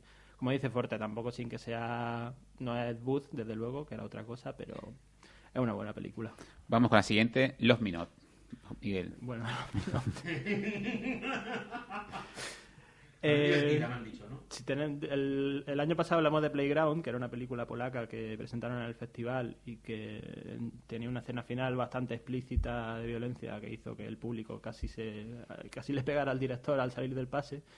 Y esta es la digna heredera de este año, una película griega un poco en la línea del Antimos, quizás, que es una historia muy formalista sobre la familia burguesa y sobre y sobre el pesimismo sobre el ser humano, sobre el individualismo y demás, que termina en una media hora en la que se limita a torturar a sus personajes literalmente, sin ningún tipo de lectura más allá del hecho de mostrar que, mira, que estoy intentando ser provocado mostrando violencia en pantalla. Entonces creo que no tiene más que eso y es una película que a mí me causa muchísimo rechazo, cinematográficamente y moralmente. Entonces, a ver, esta ni jus ni sumis, ni jueza ni sumisa. bueno, este es el único documental que se presentaba a concurso, ¿no? Sí, el único. Que es sobre una jueza de instrucción en Bruselas. Está rodada por dos periodistas belgas, Jean Libon y Yves Inant. Yves Inant, que llevan una trayectoria a sus espaldas de este tipo de documentales. Tienen una serie que se llama Striptease, que es bastante de culto en el mundo francófono, creo. Y nada, básicamente una colección de escenas de la jueza ejerciendo su papel de jueza, que es una película que se ve bien porque el personaje es bastante llamativo. Tiene un arqueo de cejas continuo con cada nueva frase que suelta la jueza, bastante polémica. No quiero adelantar ninguna, pero llegan momentos dados que te planteas si esto es un documental por cómo es posible esta mujer de soltar lo que suelta por la boca. Entonces tiene eso. No sé si se le saca demasiado partido, porque al final es una colección de escenas y poco más, pero bueno, vale la pena. Propuesta comercial en ciernes, L'Essence de la Fête, la nueva película de Oliver Nakache y Eric Toledano. Bueno, para ahí voy a tomar prestar las palabras de un compañero que no está aquí con nosotros, que dijo que esa es la típica película a la que ponen en el cartel la comedia francesa del año. Y eso es lo mejor de las descripciones, yo creo, ¿no? Una comedia muy sencillita a la que no hay que pedirle más de lo que es. Chistes fáciles y que seguramente pegue fuerte en taquilla. Película rumana, Soldados, Historia Fonferentari. ¿Qué opináis? Se lo voy a dejar a fuerte. Bueno, otra película rumana, amigos. Este cine no es el mío, ¿no? Este cine así donde... A ver, es que tampoco quiero hablar mal de esta hablar mal de esta película. Que se pudiera. Porque que se podría. Es que quiero hacer la diferenciación entre lo que es lo social y las reivindicaciones que pueda tener, que son muy interesantes y siempre son loables, pero es que las reivindicaciones no construyen una buena película. De hecho, creo que a veces el mensaje llega mejor si la película es buena. De todas formas, la película tiene su interés, ¿no? En un país como Rumanía, donde la homosexualidad pues hace muy poco tiempo que está... Lo comentaba nuestro compañero Juan en su reseña, ¿no? Estaba prohibida, ¿no? Pues muy interesante como aquí sale a la luz tanto el guionista que cuenta la historia, que también es uno de los actores protagonistas, ¿no? Y pues una película que va a tener este tema que puede ser un poco hiriente o puede provocar un poquito de escándalo en Rumanía, ¿no? Entonces, eso está bien como presenta el mundo romaní, como representa pues, las clases más lumpen de Rumanía, etcétera. Y claro, la típica película que si dices que no te ha gustado, te parece un rollo, todo el mundo te va a decir, tipo insensible. Y sí, aparte de que independientemente yo sea un poco insensible a las malas películas, es cierto, no lo sé a las temáticas sociales, por eso no quiero hablar más del todo. Después, como película, es el típico rollete, así de en plan verismo sucio. Viene en la sinopsis eso puesto, ¿eh? Es el típico rollete. es que por intentar darle un tono un poco más... No sé, es que sé que es muy superficial lo que puedo decir, pero es que no me da para otro tipo de pensamientos esta película. Casi lo veo. Es la película que sale y dice, el típico rollete del que yo he visto 4.000 millones de películas así. Hacía ya varios años que no la veía porque estoy ya muy agotado de verla, pero bueno, aquí ha habido oportunidad de ver una más de este realismo así social, que vale, que yo no discuto el interés que pueda tener, pero bueno, que prefiero que, no sé, pues que abra un hospital o que mejoren las leyes pero que no me hagan ver la película, ¿no? Gracias, José Luis, por esa frase. A ver, yo creo que esta película es un muy buen ejemplo de una tendencia que hay en el cine actual y en los jurados de festivales, que por ejemplo hizo que Ken Loach ganara una Palma de Oro hace un año, que es que se ha diluido mucho la frontera entre el discurso político de una película y su valor cinematográfico. Yo creo que hay que insistir mucho en eso porque se está tendiendo mucho a inflar a películas que por hablar de determinados temas o por sacarlos ya se les considera buenas películas y creo que hay que separarlo un poco. Entonces, sí, es un buen ejemplo porque eso coge temas de homosexualidad, de un barrio pobre de Rumanía, de las personas de etnia gitana. Entonces, está muy bien y es muy valiente que en un país como Rumanía se quiera hablar de esos temas, pero creo que cinematográficamente es una película que tiene poco valor, que tiene incluso problemas de credibilidad en alguna que otra escena y que es muy muy reiterativa con la historia de amor entre un gitano y un estudiante de doctorado, que es la trama que la mueve, ¿no? Y aquí tenéis un claro ejemplo de cómo se pueden decir dos cosas semejantes, solo que alguien lo dice bien, que es Miguel, y alguien lo dice a estilo me la cargué, que soy yo. Yo sobre todo quiero insistir eso, en el mensaje de que me parece muy importante y estamos perdiendo un poco esa distinción entre buen cine y buen discurso político. Estoy muy de acuerdo con lo que comenta Miguel y también con lo que ha comentado José Luis Forte. Vamos a terminar la competición con una película que ha sido una sorpresa para mí y para el resto de mis compañeros, que es Sollers Point, el segundo film de Matt Potterfield, que ya nos sorprendió hace unos años con una película en Sundance llamada Used to Be Darker. Y bueno, ¿qué opinión tenéis vosotros de Sollers Point? Bueno, yo creo que en esto estamos los tres de acuerdo, nos parece de lo mejor de la sección oficial. Yo destacar sobre todo que toma la corriente del indie americano más auténtico y menos vendido. No es una cosa tipo Pequeña Miss Sunshine o Joel y Raquel, que son películas de directores que hacen un indie, pero un indie más de diseño, Wes Andersonizado, sí, digamos, sí. Y que son directores que convergen más hacia Hollywood, que no me parecen malas películas, ojo, pero que no es una actitud indie pura, y esta sí lo es. Es una película sobre un chico que acaba de salir de la prisión del arresto domiciliario, que vuelve a su Baltimore natal a intentar buscarse la vida, y que un poco lo que cuenta es cómo tanto ese escenario en el que vive esa Baltimore como las leyes que le afectan lo que hacen es cerrarle un poco los caminos de un posible cambio vital. Pero creo que más que eso, lo que la película hace mejor que nada es meterte en el ambiente de Baltimore, meterte en lo que es el personaje y en muy poco brochazo contarte con mucha viveza y con mucha emoción en algunos momentos la vida que le rodea a ese personaje. José Luis. Bueno, pues de lo que he podido ver de la sección oficial, yo creo que sería mi favorita o una de las favoritas, ¿no?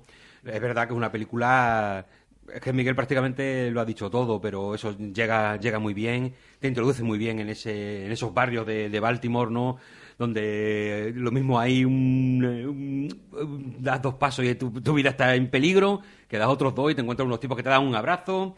Bueno, pues todo muy, muy emocionante, pero al mismo tiempo contado de una forma muy verista, en el que parece que no está ocurriendo nada, la vida cotidiana de un tipo, sale a la calle, habla con uno, habla con otro, parece que no hay ni siquiera trama grande que esté detrás de... No hay un desarrollo así potente de una gran historia, pero lo que tiene es personajes que te los crees, momentos que con mucha intensidad.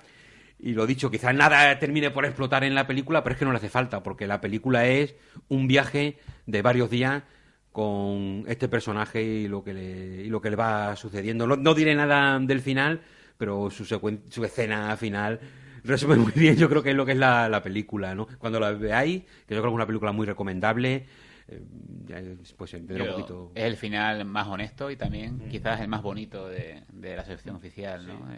Las películas que se han presentado. Y para concluir, bueno, vamos a concluir con una patata de película que la vio ayer y reseñó José Luis Forte, que se presentó fuera de concurso. Está dirigida por el director sueco Björn Rung y se llama La buena esposa, The Wife, que había pasado por el Festival de Toronto y funcionó muy bien. Sobre todo se ha hablado de sus actores, ¿no? Encabezados por Glenn Close, ¿no? Que yo no creo que esté tan bien. Y me parece, pues ya lo hablábamos ayer, con una cerveza en la mano, que es una película muy cómoda, muy demasiado encorsetada y que la verdad es que incurre en una serie de errores, ¿no? Ya pensados un poquito como una almohada al lado, que la verdad es que no dicen mucho y que como mucho está destinado a un público muy concreto, que es pues las señoras mayores, ¿no?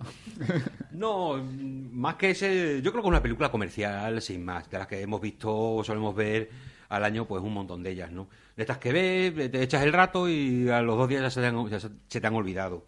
Quizás dan un poco más de rabia porque hay temáticas interesantes planteadas en esta película, pero jamás se profundiza, evidentemente, y todo queda en un montón de anécdotas. También hablábamos ayer de, bueno, la cantidad de coincidencias que hay en la peli, cómo las cosas como tienen que suceder en un determinado momento concreto temporal, ¿no? Pues venga, todo acumularlo aquí, le van a pasar todas las desgracias a este hombre, el día que le dan el dichoso Nobel, que, pues si queréis, como temáticas interesantes, pues un poquito lo que son los entresijos del Nobel, ¿no? Que a mí literalmente, de verdad, me parece un premio totalmente estúpido, ¿no?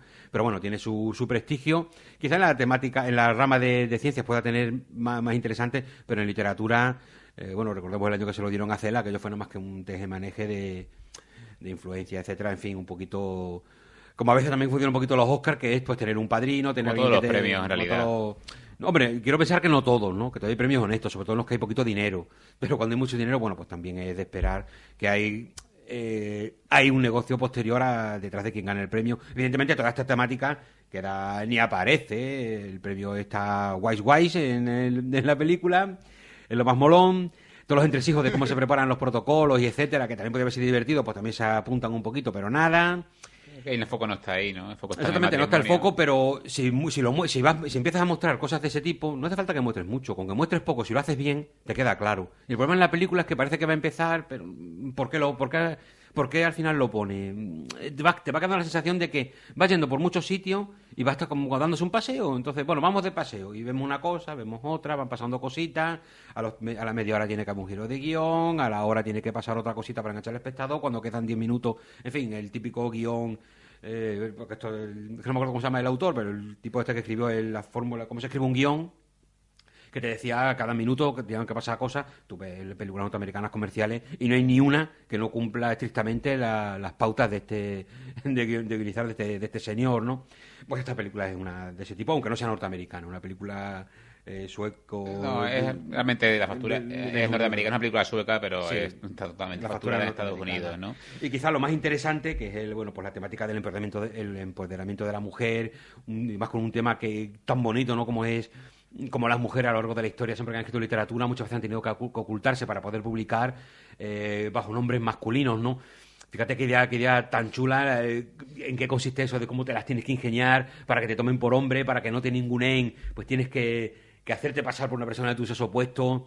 Ideas muy chulas, pero que aquí también todo para qué. En fin, es que tendría que desvelar algo de la película para explicarlo mejor, pero no quiero hacerlo. Pero también queda una idea interesante que tampoco termina siendo explotada al final bien. Es que todo es como eso, una cosita agradable para que uno la vea después de cenar, después de comer, la ve un pis y a la cama. ¿No?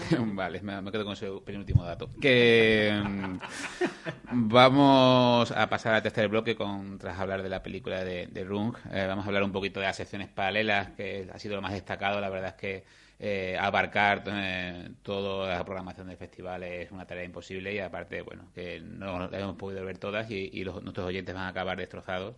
Pero bueno, vamos a hablar un poquito de lo que más nos ha interesado. Ya Miguel y yo vimos en Berlín hace ya unos meses Call Me By Your Name, que puede estar entre lo mejor del año. Quizás Miguel la ha vuelto otra vez a ver en un segundo visionado, pues se ha quedado un poco en su opinión inicial, no ha seguido con ese discurso triunfal, ¿no? Después de ver la capital alemana. Pero bueno, yo creo que sigue siendo una buena película, ¿no? Me sigue pareciendo una de las películas del año, desde luego. Sí, quizás no comparto el entusiasmo tan exacerbado, completo que hay con esta película, pero desde luego una muy buena película. Y bueno, de Call Me By Your Name, yo creo que ya hemos hablado bastante y más que hablaremos porque todo apunta a que estará en la temporada de premios. Sí, aquí echando un vistazo a Perlas, que quizás es la sección estrella no solo de las paralelas, sino también del propio festival, ¿no? Ayer se proyectó Robin Pablo, que decidimos hacer mutis de manera elegante. Y bueno, hemos tenido pues 120 pulsaciones por minuto. ¿Qué podías decirnos de ellas en una línea, por ejemplo? Bueno, en el fondo digo un poco lo mismo que decíamos de Soldiers, A Story from Frontier, una película que es muy valiente en la exposición de un tema e incluso, aunque es un adjetivo que odio, una película necesaria para ciertas cuestiones sobre la representación del SIDA que no han sido tratadas hasta ahora. Está muy bien, pero cinematográficamente, adhiriéndome solo a eso, creo que es una película con muchos altibajos, que está bastante alargada, que en muchos momentos se confía demasiado simplemente en lo discursivo de los propios personajes. Y por acabar con algo positivo, yo por lo que me quedo es con una escena final que, claro, no puedo describirla, pero creo que el momento más genuinamente emocionante de la película. Forte, que también la ha visto, quizá quiera añadir algo. No, es que básicamente eso. En este caso, pues la temática que trata está muy interesante. Yo creo que está muy bien llevada en la película. Pero son películas que si tienes interés en el tema o quieres conocer sobre bueno, este grupo Act Up, ¿no? Este grupo agitador de conciencia francés, pues está muy interesante para conocer cómo funcionaba, lo que ha dicho Miguel del tratamiento del SIDA, cómo lo trata la película, que lo trata de manera profunda y en algún momento incluso dolorosa, ¿no? Pero bueno, pero porque es así, en ese sentido, sabes llegar al fondo sin en ningún momento resultar morbosa ni resultar todo lo contrario. Sabe ser dura, pero manteniendo el respeto. No te arrastra, te lleva hasta el fondo, pero no te ahoga en ese fondo, ¿no? Sino que lo hace para que lo comprenda, ¿no? En fin, me parece una película interesante, pero lo que ha dicho Miguel es que visualmente es que no tiene absolutamente nada, ¿no? Un planto a la cámara y venga, ala, para adelante. Sí. Y a mí eso entiendo que para algunas películas debe ser así, pero no sé, es un poco, ¿qué te gusta? ¿El ensayo o la literatura? ¿El relato o la filosofía o el tocho filosófico, ¿no? Pues un poco igual también. ¿Qué tipo de cine te gusta? ¿El que solamente el mensaje? ¿Quieres ver más cosas aparte del mensaje? Estamos en esa diatriba, ¿no? En comparación con Soldati o con Soldiers, A Story from Ferentari sí que tiene más cosas, ¿no? Es más cinematográfica. Pero bueno, yo sobre todo me quedo con eso. El mensaje que transmitían esta gente de ACT UP era el SIDA mata, y no podemos esconder que el SIDA mata, y la película eso lo traslada perfectamente. Sí, bueno, tenemos más películas en Perlas, hay algunas que son estupendas, ¿no? Como es de Florida Project, o de Big Six, que la pude ver en Carlo Vivari, o una sorpresa muy interesante como es Custodia Compartida, que será distribuida en España por Golem.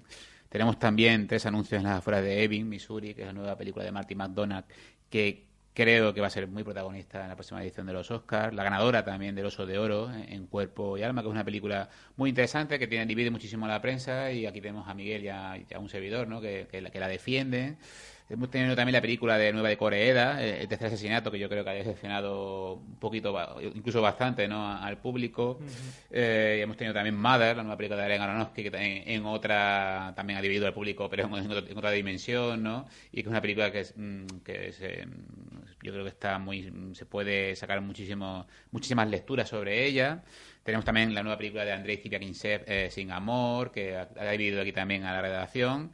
Y a Happy End, la nueva película de Michael Haneke, que a mí me parece una película bastante mediocre y que yo creo que he pensado mucho en ella cuando he escrito el último texto, ¿no? El último prólogo de la última crónica, porque yo quiero hablar un poquito de la salud del cine europeo y del cine autor en general, ¿no? Actual, ¿no? Que es, salvo algunas excepciones bastante honrosas, está en un momento difícil a nivel artístico. De todas estas películas de perlas, que se me queda por alguna de tintero, por ejemplo, Wonderstruck de Todd Haynes, o En realidad nunca estuviste aquí, la nueva película de Lynne Ramsey con Joaquín Phoenix. ¿Qué es lo que más os ha gustado? ¿Qué es lo que llama la atención? ¿Qué es lo que os lleváis a vuestros domicilios? ¿Solo en perlas o...? Sí, vamos a ir a perlas. Hombre, de perlas yo con la que más me quedo...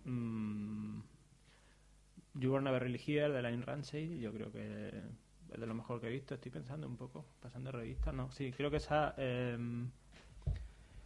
una película que me ha gustado mucho. Creo que, como lo que decía Emilio de Mother, por ejemplo, puede ser una película divisiva porque tiene apuestas muy radicales, tanto narrativamente como visualmente, y si te funcionan, entran mucho en la película, y si no te funcionan, te sacan por completo. En mi caso, sencillamente me han funcionado. Es una película que tiene este tratamiento, se escribe esta tendencia del thriller muy estilizado, pero a la vez a mí me resulta muy emocional. Y el personaje de Joaquin Phoenix, pese a que es un personaje muy destrozado psicológicamente, incluso físicamente, creo que se puede conectar bastante bien con él. Y bueno, sí, yo me quedo con eso de la película y con Three Billboards Outside Ebbing, Missouri, que también la he podido ver y que entiendo que sea una película que esté teniendo tanto éxito en premios de público. Ganó el premio del público en Toronto y, si no me equivoco, ha ganado el premio del público aquí en San Sebastián. Que, bueno, por definirla en pocas palabras, es un poco una comedia retomando algunos motivos del gótico sureño, de los personajes tan estrambóticos sobre los que escribía Flannery O'Connor, por ejemplo. Incluso la película tiene una cita directa a Flannery O'Connor en un plano. Y se lo lleva a una trama de comedia muy extremada y con un papelón de Frances McDormand haciendo de un personaje bastante cabroncete, pero muy, muy entrañable. ¿Y tú, Fuerte, con qué te quedas de Perla? Bueno, yo evidentemente no he podido verlas todas, pero de las que he visto me quedaría con, en primer lugar, de Florida Project. Ha sido la película que más me ha llegado de las que he visto en el festival. Me ha parecido emocionante. Para mí ha sido, de verdad, toda una experiencia ver esta película. Una de esas películas que cuando sale dices, Dios mío, por esto amo el cine, ¿no? Sé que la opinión es muy apasionada, tampoco te dejes llevar por ella, a lo mejor la dice, bueno, tampoco es para tanto, y no pasa nada. Está bien, pero, yo lo he hecho con pero es que también el cine muchas veces dice, no, es que nada más que ponéis mal las películas y las que nos apasionan, bueno, pues Florida Project es una peli que a mí me ha arrebatado, me ha apasionado, estaba como un niño pequeño viendo esta película, la he disfrutado, la he reído, he llorado, bueno, todo lo que podéis imaginar, ¿no?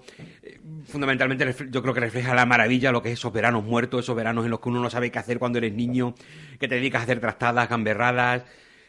Eso para empezar, digamos un poco la forma de entrar, pero también te descubre un universo de Sim Baker, el director, ¿no? Pues de prostituta, de lumpen, más un poco lo que hemos visto en otras películas de aquí, solo que llevado con una fuerza tan increíble, que te importan todos los personajes, todo es tan emocionante en esta película que no sé, y un protagonista, Willem Dafoe, que cada vez que sale en pantalla yo lo quería abrazar. O sea, me ha parecido una delicia absoluta esta película.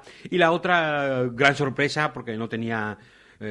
fui a verla y no tenía... Sinceramente, no sabía que iba a ver, y me pareció una película estupenda. Salí encantadísimo del cine. Si no hubiera estado de Florida Project, hubiera sido mi película favorita del festival, que es Custodia Compartida, del francés Xavier Legrand, que me parece una película que lleva una temática muy dura, ¿no? Como es la del maltrato familiar, la violencia doméstica, convirtiéndolo en una película de terror, tomando lo mejor de las películas de terror psicópata con películas de horror y denuncia social, ¿no? Es una mezcla que en principio dice, ay, Dios mío, que eso sí que parece que puede dar miedo. Sin embargo, lo que hace Legrand en esta película me parece una genialidad total, ¿no? Que con ese final, que aquello parece que da la sensación de que estamos viendo el mismo Resplandor de Kubrick, ¿no? Siempre, evidentemente, con menos presupuesto, una película más sencilla, pero no por ello menos intensa. Llega muy bien, y sobre todo como ese camino de la violencia que al principio no parece nada, y poco a poco vas viendo pequeños detalles que te van asustando, y terminas viendo la película con el corazón en un puño. Yo estaba de verdad totalmente aterrorizado viendo esta película, en el buen sentido, ¿eh? Hay películas que aterrorizan en otro sentido, como varias de este festival, que he salido muy asustado, pero no por las mismas razones. Aquí por el modo guays.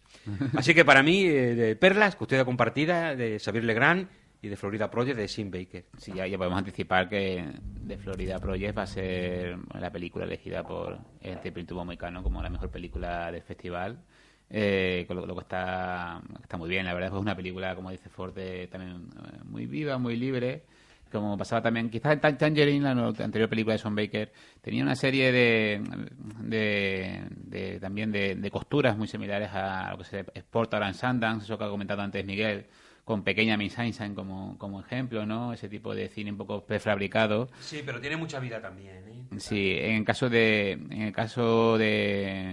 Florida Project da un paso más allá. Yo creo que es una película que es muy emocionante, y que no está nada mal, porque lo que está contando es algo durísimo, un mundo feo, terrible, que está en las faldas, ¿no?, de ese mundo de los sueños de Disneyland. Y es una película que yo creo que va a funcionar muy bien, que va a tener también su repercusión en la temporada de premios independientes y que reafirma a Baker como uno de los directores jóvenes del momento, ¿no? Sobre Custodia Compartida también comparto la opinión de mis compañeros. Me parece una película sensacional, que te mantiene en tensión todo el momento y que juega con una ambigüedad difícil de desencriptar y al final te lleva pues a un carnaval de horrores tremendo con una tensión terrible y me parece una de las grandes sorpresas del año, no solo del festival, ¿no? Es una película que se estrenó en la Mostra de Venecia, donde consiguió el premio a la mejor ópera prima y que nos presenta un director como Xavier Legrand, que es un guionista habitual de cine francés, que yo creo que tiene mucho que contar y mucho que decir y hacerlo muy bien, ¿no? Y del resto de la sección de perlas, pues detallitos, ¿no? Pues Sin Amor, la película del ruso Zivian Guinsepp, pues es muy interesante, quizás demasiado subrayada, como el último cine ruso reciente, que a través también de una familia media, en este caso una familia que está a punto de volar por los aires, pues retrata un poquito la Rusia, ¿no? La Rusia actual. Por otro lado también tenemos Mother, la película de Aronofsky, como muy va a dividir muchísimo, que habla sobre el proceso creativo y todo lo que ello conlleva. Es un auténtico también carnaval de sensaciones que es muy en la línea, ¿no?, de La Fuente de la Vida y del cine más radical de Aronofsky. Y después ya pues yo no he podido ver la película de Martin McDonagh, me da mucha pena porque la verdad es que tiene una pinta estupenda, y tampoco he podido ver el último de Koreeda, que nunca suele decepcionar, ¿no? Sobre dos películas norteamericanas que como Wonderstruck a mí me decepcionó bastante. Todd Haynes me parece un concierto de 1 hora y media, ¿no?, donde la música no deja de sonar en momento alguno y que nos cuenta una historia muy bonita, pero cuya imagen no va más allá del mensaje, ¿no? Y después tenemos You Were Never Really Here, la última película de Lynn Ramsey, que, como ha dicho Miguel, es una película estupenda, muy estilizada, con una narración yo creo que bastante original y que te mete en ese mundo, ¿no?, linchiano, ¿no?, que no sé por dónde va a salir el conejo, ¿no?, con la chistera, y es una película muy interesante que yo creo que va a tener muy complicado entre el público de a pie, pero que aquí ha hecho disfrutar al espectador donostiarra, ¿no?, de lo que se trata, ¿no?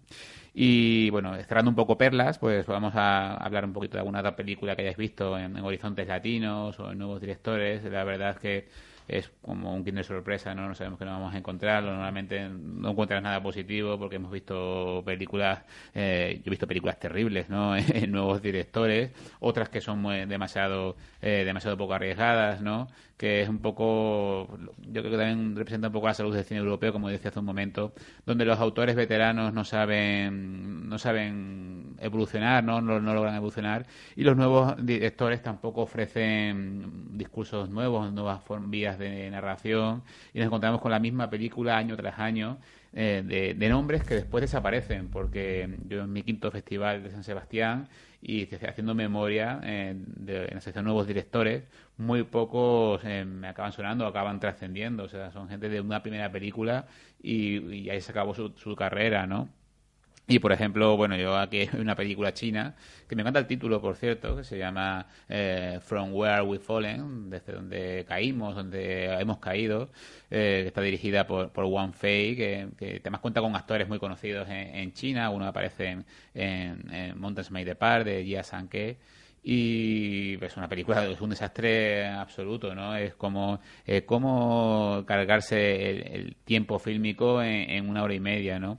Y después hay otras cosas más interesantes como Apostasy, que la ha visto José Luis Forte, o The Shower, una película ambientada en la Francia napoleónica, que no deja de ser una versión sui generis de la seducción, que hemos visto hace nada, de Sofía Coppola, y es cine pues que se ve bien en algunos casos, en otros no, pero que no va más allá, ¿no? ¿Qué opináis tenéis vosotros de nuevos directores y horizontes latinos? Bueno, yo creo que esto que comentas de que los nuevos directores no trascienden también es un poco ley de vida, ¿no? Hay muchos que lo intentan y muy pocos que lo consiguen. Tampoco creo que nuevos directores te permita hacer una lectura definitiva de los nuevos talentos del cine, porque es una sección, pues eso, que rescata películas que tienen cositas, pero que la mayoría no consiguen ir más allá del intento de innovar.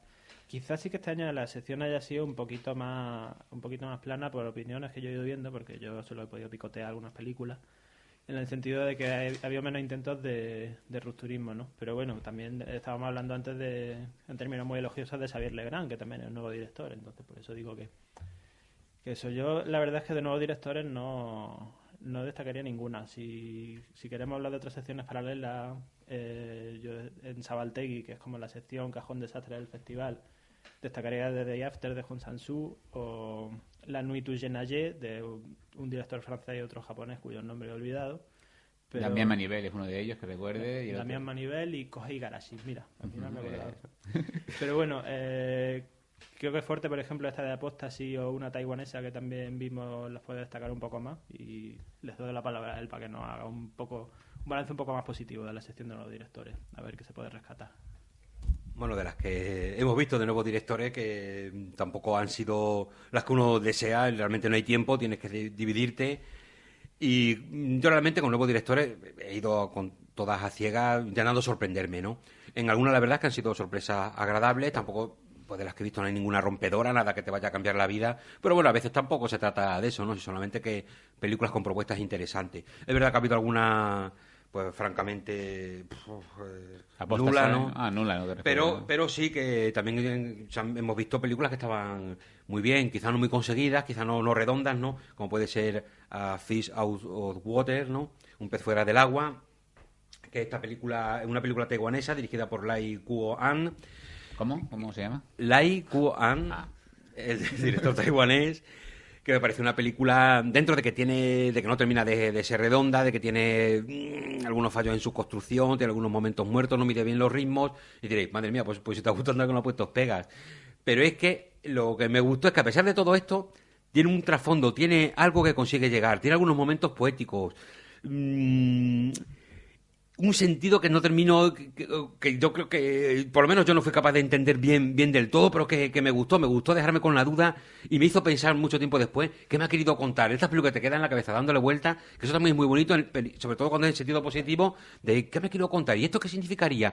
Y le vas dando ese tipo de vuelta que es muy apasionante, ¿no? Sobre todo por algunos momentos, ya digo, en que la película consigue un cierto de esa poesía tan sencilla, ¿no? Del cine así hecho con poquito dinero, pero que de alguna manera te llega de una forma tan genial, no tan directo, impresionante como otras pelis, pero una de esas películas que, bueno, dice, sobre todo cuanto más días van pasando, más te vas alegrando de haberla visto, y porque ves que permanecen en tu cabeza, no en primera línea, pero oye, mira, ahí está y me lo pasé bien, tanto viéndola como después pensando sobre ella, que también es muy importante en las películas, ¿no? El pozo que dejan, lo que te acuerdas de ella, al final es memoria, ¿no? Es lo que imágenes perduran en tu cabeza. Y me enrollo muchísimo. Voy rápidamente con la película de nuevos directores que más me ha gustado de las que he visto, que es Apostasy, de una película británica dirigida por Daniel Cocotaclo, un ex testigo de Jehová, y la película va de eso, de los testigos de Jehová, ¿no?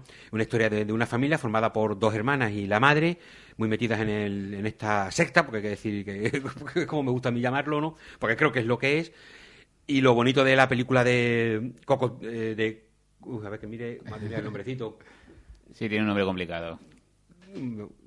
Es que Cocotaclo. Bueno, eso lo lees tú así, será la traducción. Evidentemente, y encima con mis gafas aquí de chastrito. Bueno, pues me ha parecido una película que refleja todo este mundo cerrado, claustrofóbico de los testigos de Jehová de una forma magistral. Los problemas de esta familia, cómo te llegan. Empieza la película desde el punto de vista de Alex, una joven de 18 años, que lo que digo, entras en la película un poco con su mirada, ¿no? Ella hay muchos momentos en que la acción de la película está transcurriendo y de repente se pone a hablar sin romper el plano y está hablando como si fuera una voz en off, pero la ves mover los labios delante de otros personajes, pero es su voz interior lo que estás escuchando. Me pareció un detalle casi el único, un poquito formal. Y hablando de ironía, ya que has visto de Apostasy y has visto también The Wife, ¿tú no crees que Christian Slater hubiese quedado muy bien en esta de Apostasy? Esta es mi pregunta críptica del día, no lo digo, es una broma que tenemos. Eso ha quedado demasiado broma interna, Emilio. Hay que ver las dos películas para... Pero... Esta broma interna queda mal en el podcast porque la gente no va a saber a qué te refieres, Emilio. Bueno, es una tontería. La verdad es que el personaje de Christian Pero Slater si veis la- pero es tan absurdo en la película de The Wife, ¿no? Explícalo un poco, que si no... Que parece eso, un testigo de Jehová o un... Es que aparece continuamente y es como... Pom, pom, pom. Sí, Sí. hola, soy el de... El personaje, yo creo que define un poco la película de The Wife, ¿no? Y bueno, es una broma que teníamos aquí que Sí. no ha quedado muy bien. No ha quedado muy bien. No, Va a hombre, seguir, ha sigue. quedado bien ahora que lo has explicado. Que es que ese personaje en la película Buena Esposa, es verdad que parece un dicho de testigo de Jehová, siempre llamando en los momentos más inoportunos y apareciendo. Bueno, es que aparece, te montas en el avión, ahí está. Vas a cagar, ahí está. Un tipo impresionante, ¿no? Después pondremos un pito a esto, no se preocupen. Pues si además le pones un pito, es terrible. Bueno, Bueno, no, termino rápidamente con Apostasy, porque sí me gustaría decir que todo ese mundo claustrofóbico lo refleja muy bien. Cocotazlo, a pesar de que, como he dicho, fue testigo de Jehová, lo que me ha gustado, bueno, lo puse así un poco en la crónica, ¿no? Es que en ningún momento juzga a los personajes, sino que él representa allí lo que ha visto y es el espectador quien termina tomando posturas, ¿no? Porque estrictamente la película refleja todo el pensamiento y la ideología de los testigos de Jehová, por lo que yo creo que el espectador, yo creo que a los testigos de Jehová esta película no les tiene ni que molestar, ¿no? Porque el Dios que refleja ese Dios inhumano que ellos defienden y todas las cosas que a nosotros nos parecen barbaridades, para ellos son lógicas, ¿no? Pues eso, que en las transfusiones de sangre prohibida tienes que dejarte morir. Quizá lo bonito de Cocotalo, como viene de dentro, hay... ¿de quién has dicho? Cocotaclo, Cocoguagua. Macho, fijaos qué compañeros, Cocoguagua, sí, qué compañeros tengo. Cocoguagua, Así yo. todo el tiempo. Aquí no se respetan las canas, aquí soy el mayor y me tratan fatal. Voy a aprovechar para meter un momento queja, como si fuera esto el propio Festival de San Sebastián, una película concurso. No, venga, termino rápidamente. Es Sí. que me habéis interrumpido, no sé por dónde iba. Sí, es que- Hay un momento en que la niña Alex está viendo un libro, ella sufre anemia, en cualquier momento pueden hacer una transfusión de sangre, ¿no? Y algo que está prohibido por los testigos de Jehová. Y hay un momento en que está viendo un libro y en ese libro viene una parte que son como imágenes, son fotografías de un montón de niños y niñas que se han dejado morir por la fe, ¿no? Por la verdad, por lo que le dictan los ancianos. Y ella los ve como héroes, ¿no? Y son momentos muy, muy impactantes que ya has dicho, en ningún momento juzga, solamente va mostrando y eres tú como espectador el que tienes que tomar postura y decisión. Me parece una película muy interesante, me sorprendió, lo pasé muy bien viéndola y no sé. Bueno, sorpresita. Vamos a pasar ya a las conclusiones, ya aprovechando que vuelve Dani, ¿no? Que vamos a reinsertar de nuevo en la conversación. Bueno, ante todo le pedimos disculpas por la informalidad, pero bueno, que somos un poco así. Vamos a hacer un resumen rápido, ¿no? De nuestras impresiones, ¿no? Que nos deja, en el caso de José Luis Forte, su tercer festival, en el caso de Daniel Hurto es su primer Festival de San Sebastián, en el caso de Miguel y en el mío es nuestro quinto ya Festival de San Sebastián, que se dice poco. Y bueno, comparar es lo habitual, pero para mí ha sido empiezo yo por mí mismo, es una edición bastante pobre. Cierto es que me he perdido 3 días del festival y eso pues ha hecho que vaya un poco cojo, ¿no? Sobre todo en la proyección de sección oficial. Pero me ha parecido un festival bastante mediocre, ¿no? Que este año ha mejorado su organización a diversos niveles. También creo que ha habido menos público o menos acreditados, ¿no? Lo cual ha hecho que todo sea más sencillo. No hay ni poner ningún pero a la organización del festival porque ha sido estupenda. El tiempo ha acompañado encima, con lo cual no se puede decir más. Pero en cuanto a nivel cinematográfico, en la competición, que yo creo que es lo único que hay que valorar, porque valorar Perlas es un poco tramposo y es muy injusto.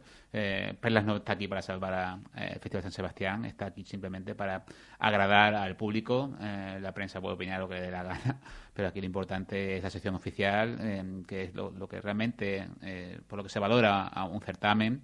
Y la sección oficial, como han podido ustedes escuchar durante estas casi 2 horas de podcast, ha sido mediocre, con un par de títulos muy interesantes, con algún detalle de buen nivel, pero que dice muy poco. Hay que decir también, hay que añadir, puesto en varios textos durante estos últimos 6 meses, tanto Cannes como Venecia nos están indicando que, incluso otros festivales, que el nivel de este año no es el mejor en cuanto a cine de autor se refiere, y que todo parece que serán las películas que lucharán por el Oscar las que saben un poquito la cosecha 2017, ¿no? Y no se podía esperar menos, con un Cannes bastante mediocre, con autores redundando en sus mismos estilos, ¿no? Después con una Venecia entregada al Star System, y con una Berlín con un tono muy grisáceo, que hace que festivales como Locarno, Carlo Vivari tengan muchísima más relevancia, porque demuestra que la diferencia es mínima entre ellas. San Sebastián pues ha mostrado pues como un convidado de piedra más de este curso, y como he dicho antes, yo creo que una película como la de Nobuhiro Showa, la de León, es una película que es el mejor recuerdo que me puedo llevar de aquí, y por Oroca, ¿no? Que es un cine que me llega, que creo que demuestra un poco la salud del cine rumano, que ahora mismo, junto al islandés, me parece la cinematografía más interesante de viejo continente, y que con la que más disfruto personalmente.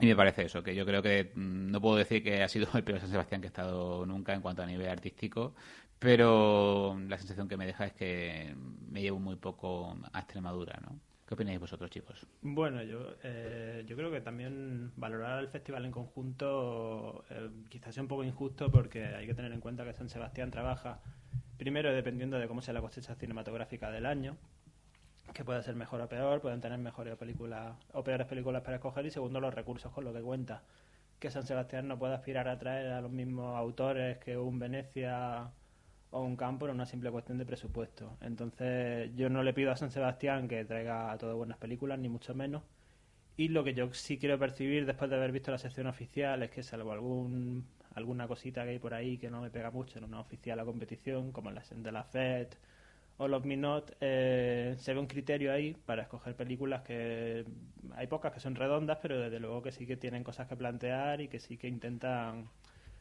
explorar un poco posibilidades del cine. Aparte de eso, creo que de un festival, más que con la edición en sí, que luego de cara a público nadie la va a valorar, con lo que hay que quedarse son con las películas que emergen. Y yo en ese sentido apunto Le Lion Amour ce soir, sobre todo, Soler's Point, que es una muy buena película, y también Alanis, que es una película bastante interesante. Yo quizás no tenga tanto recorrido como vosotros en festivales, y aquí, bueno, yo venía de nuevas, pero sí que he seguido a través de la prensa durante mucho tiempo este festival, y sí que me ha dejado un poco frío a la hora de recibir cada una de las películas, porque esperaba que hubiera una sorpresa, que hubiera algo que pudiera sorprender más, y sí que hemos visto, en eso coincido contigo, Emilio, hemos visto alguna cosa reseñable, algún detalle, alguna película que se le ven maneras, pero tampoco he conseguido ver algo que llegue a sorprenderme. Como dices también, en la cuestión de perlas, pues convencen al público y están bien, pero no es lo que se viene a juzgar. Y por lo demás, bueno, la experiencia como primera experiencia, la verdad es que es impresionante, eso no puedo quitarlo. La verdad es que es un festival que vivirlo en esta ciudad del norte es lo más, viendo un montón de películas al día y las propuestas que traen. Y bueno, solo creo que añadir que de lo que he visto me quedaría con Pororoca. Creo que es la película más acertada del festival. Y luego, bueno, si nos vamos a la otra punta, estaría de Disaster Artist, pero que realmente no encaja para nada con todo el resto de películas de la sección oficial que se han visto. Bueno, pues ya, si me permitís, un poquito para cerrar, yo voy a darle un poquito la visión más superficial, que eso es lo mío, lo que se me da bien, decir muchas tontunas que parece que no tengan nada, pero que, como cuando veis las películas del festival, tenéis que analizar durante varias horas para ver que debajo de todas las tonterías que digo hay cosas muy profundas, mensajes subliminales muy, muy intensos, que pueden cambiar vuestra vida y vuestra percepción de la realidad. Bueno, a lo que iba. Solamente decir que es una maravilla, es una delicia estar todo el día viendo películas, hablando de películas, viviendo cine. Yo, como siempre, me lo paso fenomenal. Me da igual que me encasqueten 2 o 3 ladrillos al día. Ya hay otros días que lo que me veo son 2 o 3 películas maravillosas y ya me vale por todo. Y yo creo que, en el fondo, aunque mis compañeros se pongan así más serios y más con voces así más profundas, en realidad, creedme, ellos lo disfrutan tanto o más que yo. ¿No, Emilio? Bueno, Muchas gracias, José Luis, por tu opinión. Si no era una opinión, era una tontuna. Para cerrar en alto. Comentario tan valioso, por supuesto. Y muchas gracias también, Miguel. Muchas gracias, Dani. Muchas gracias a ustedes por seguirnos en esta cobertura del Festival de San Sebastián. Hemos disfrutado mucho y, bueno, nos volveremos a ver el año que viene. Hasta pronto.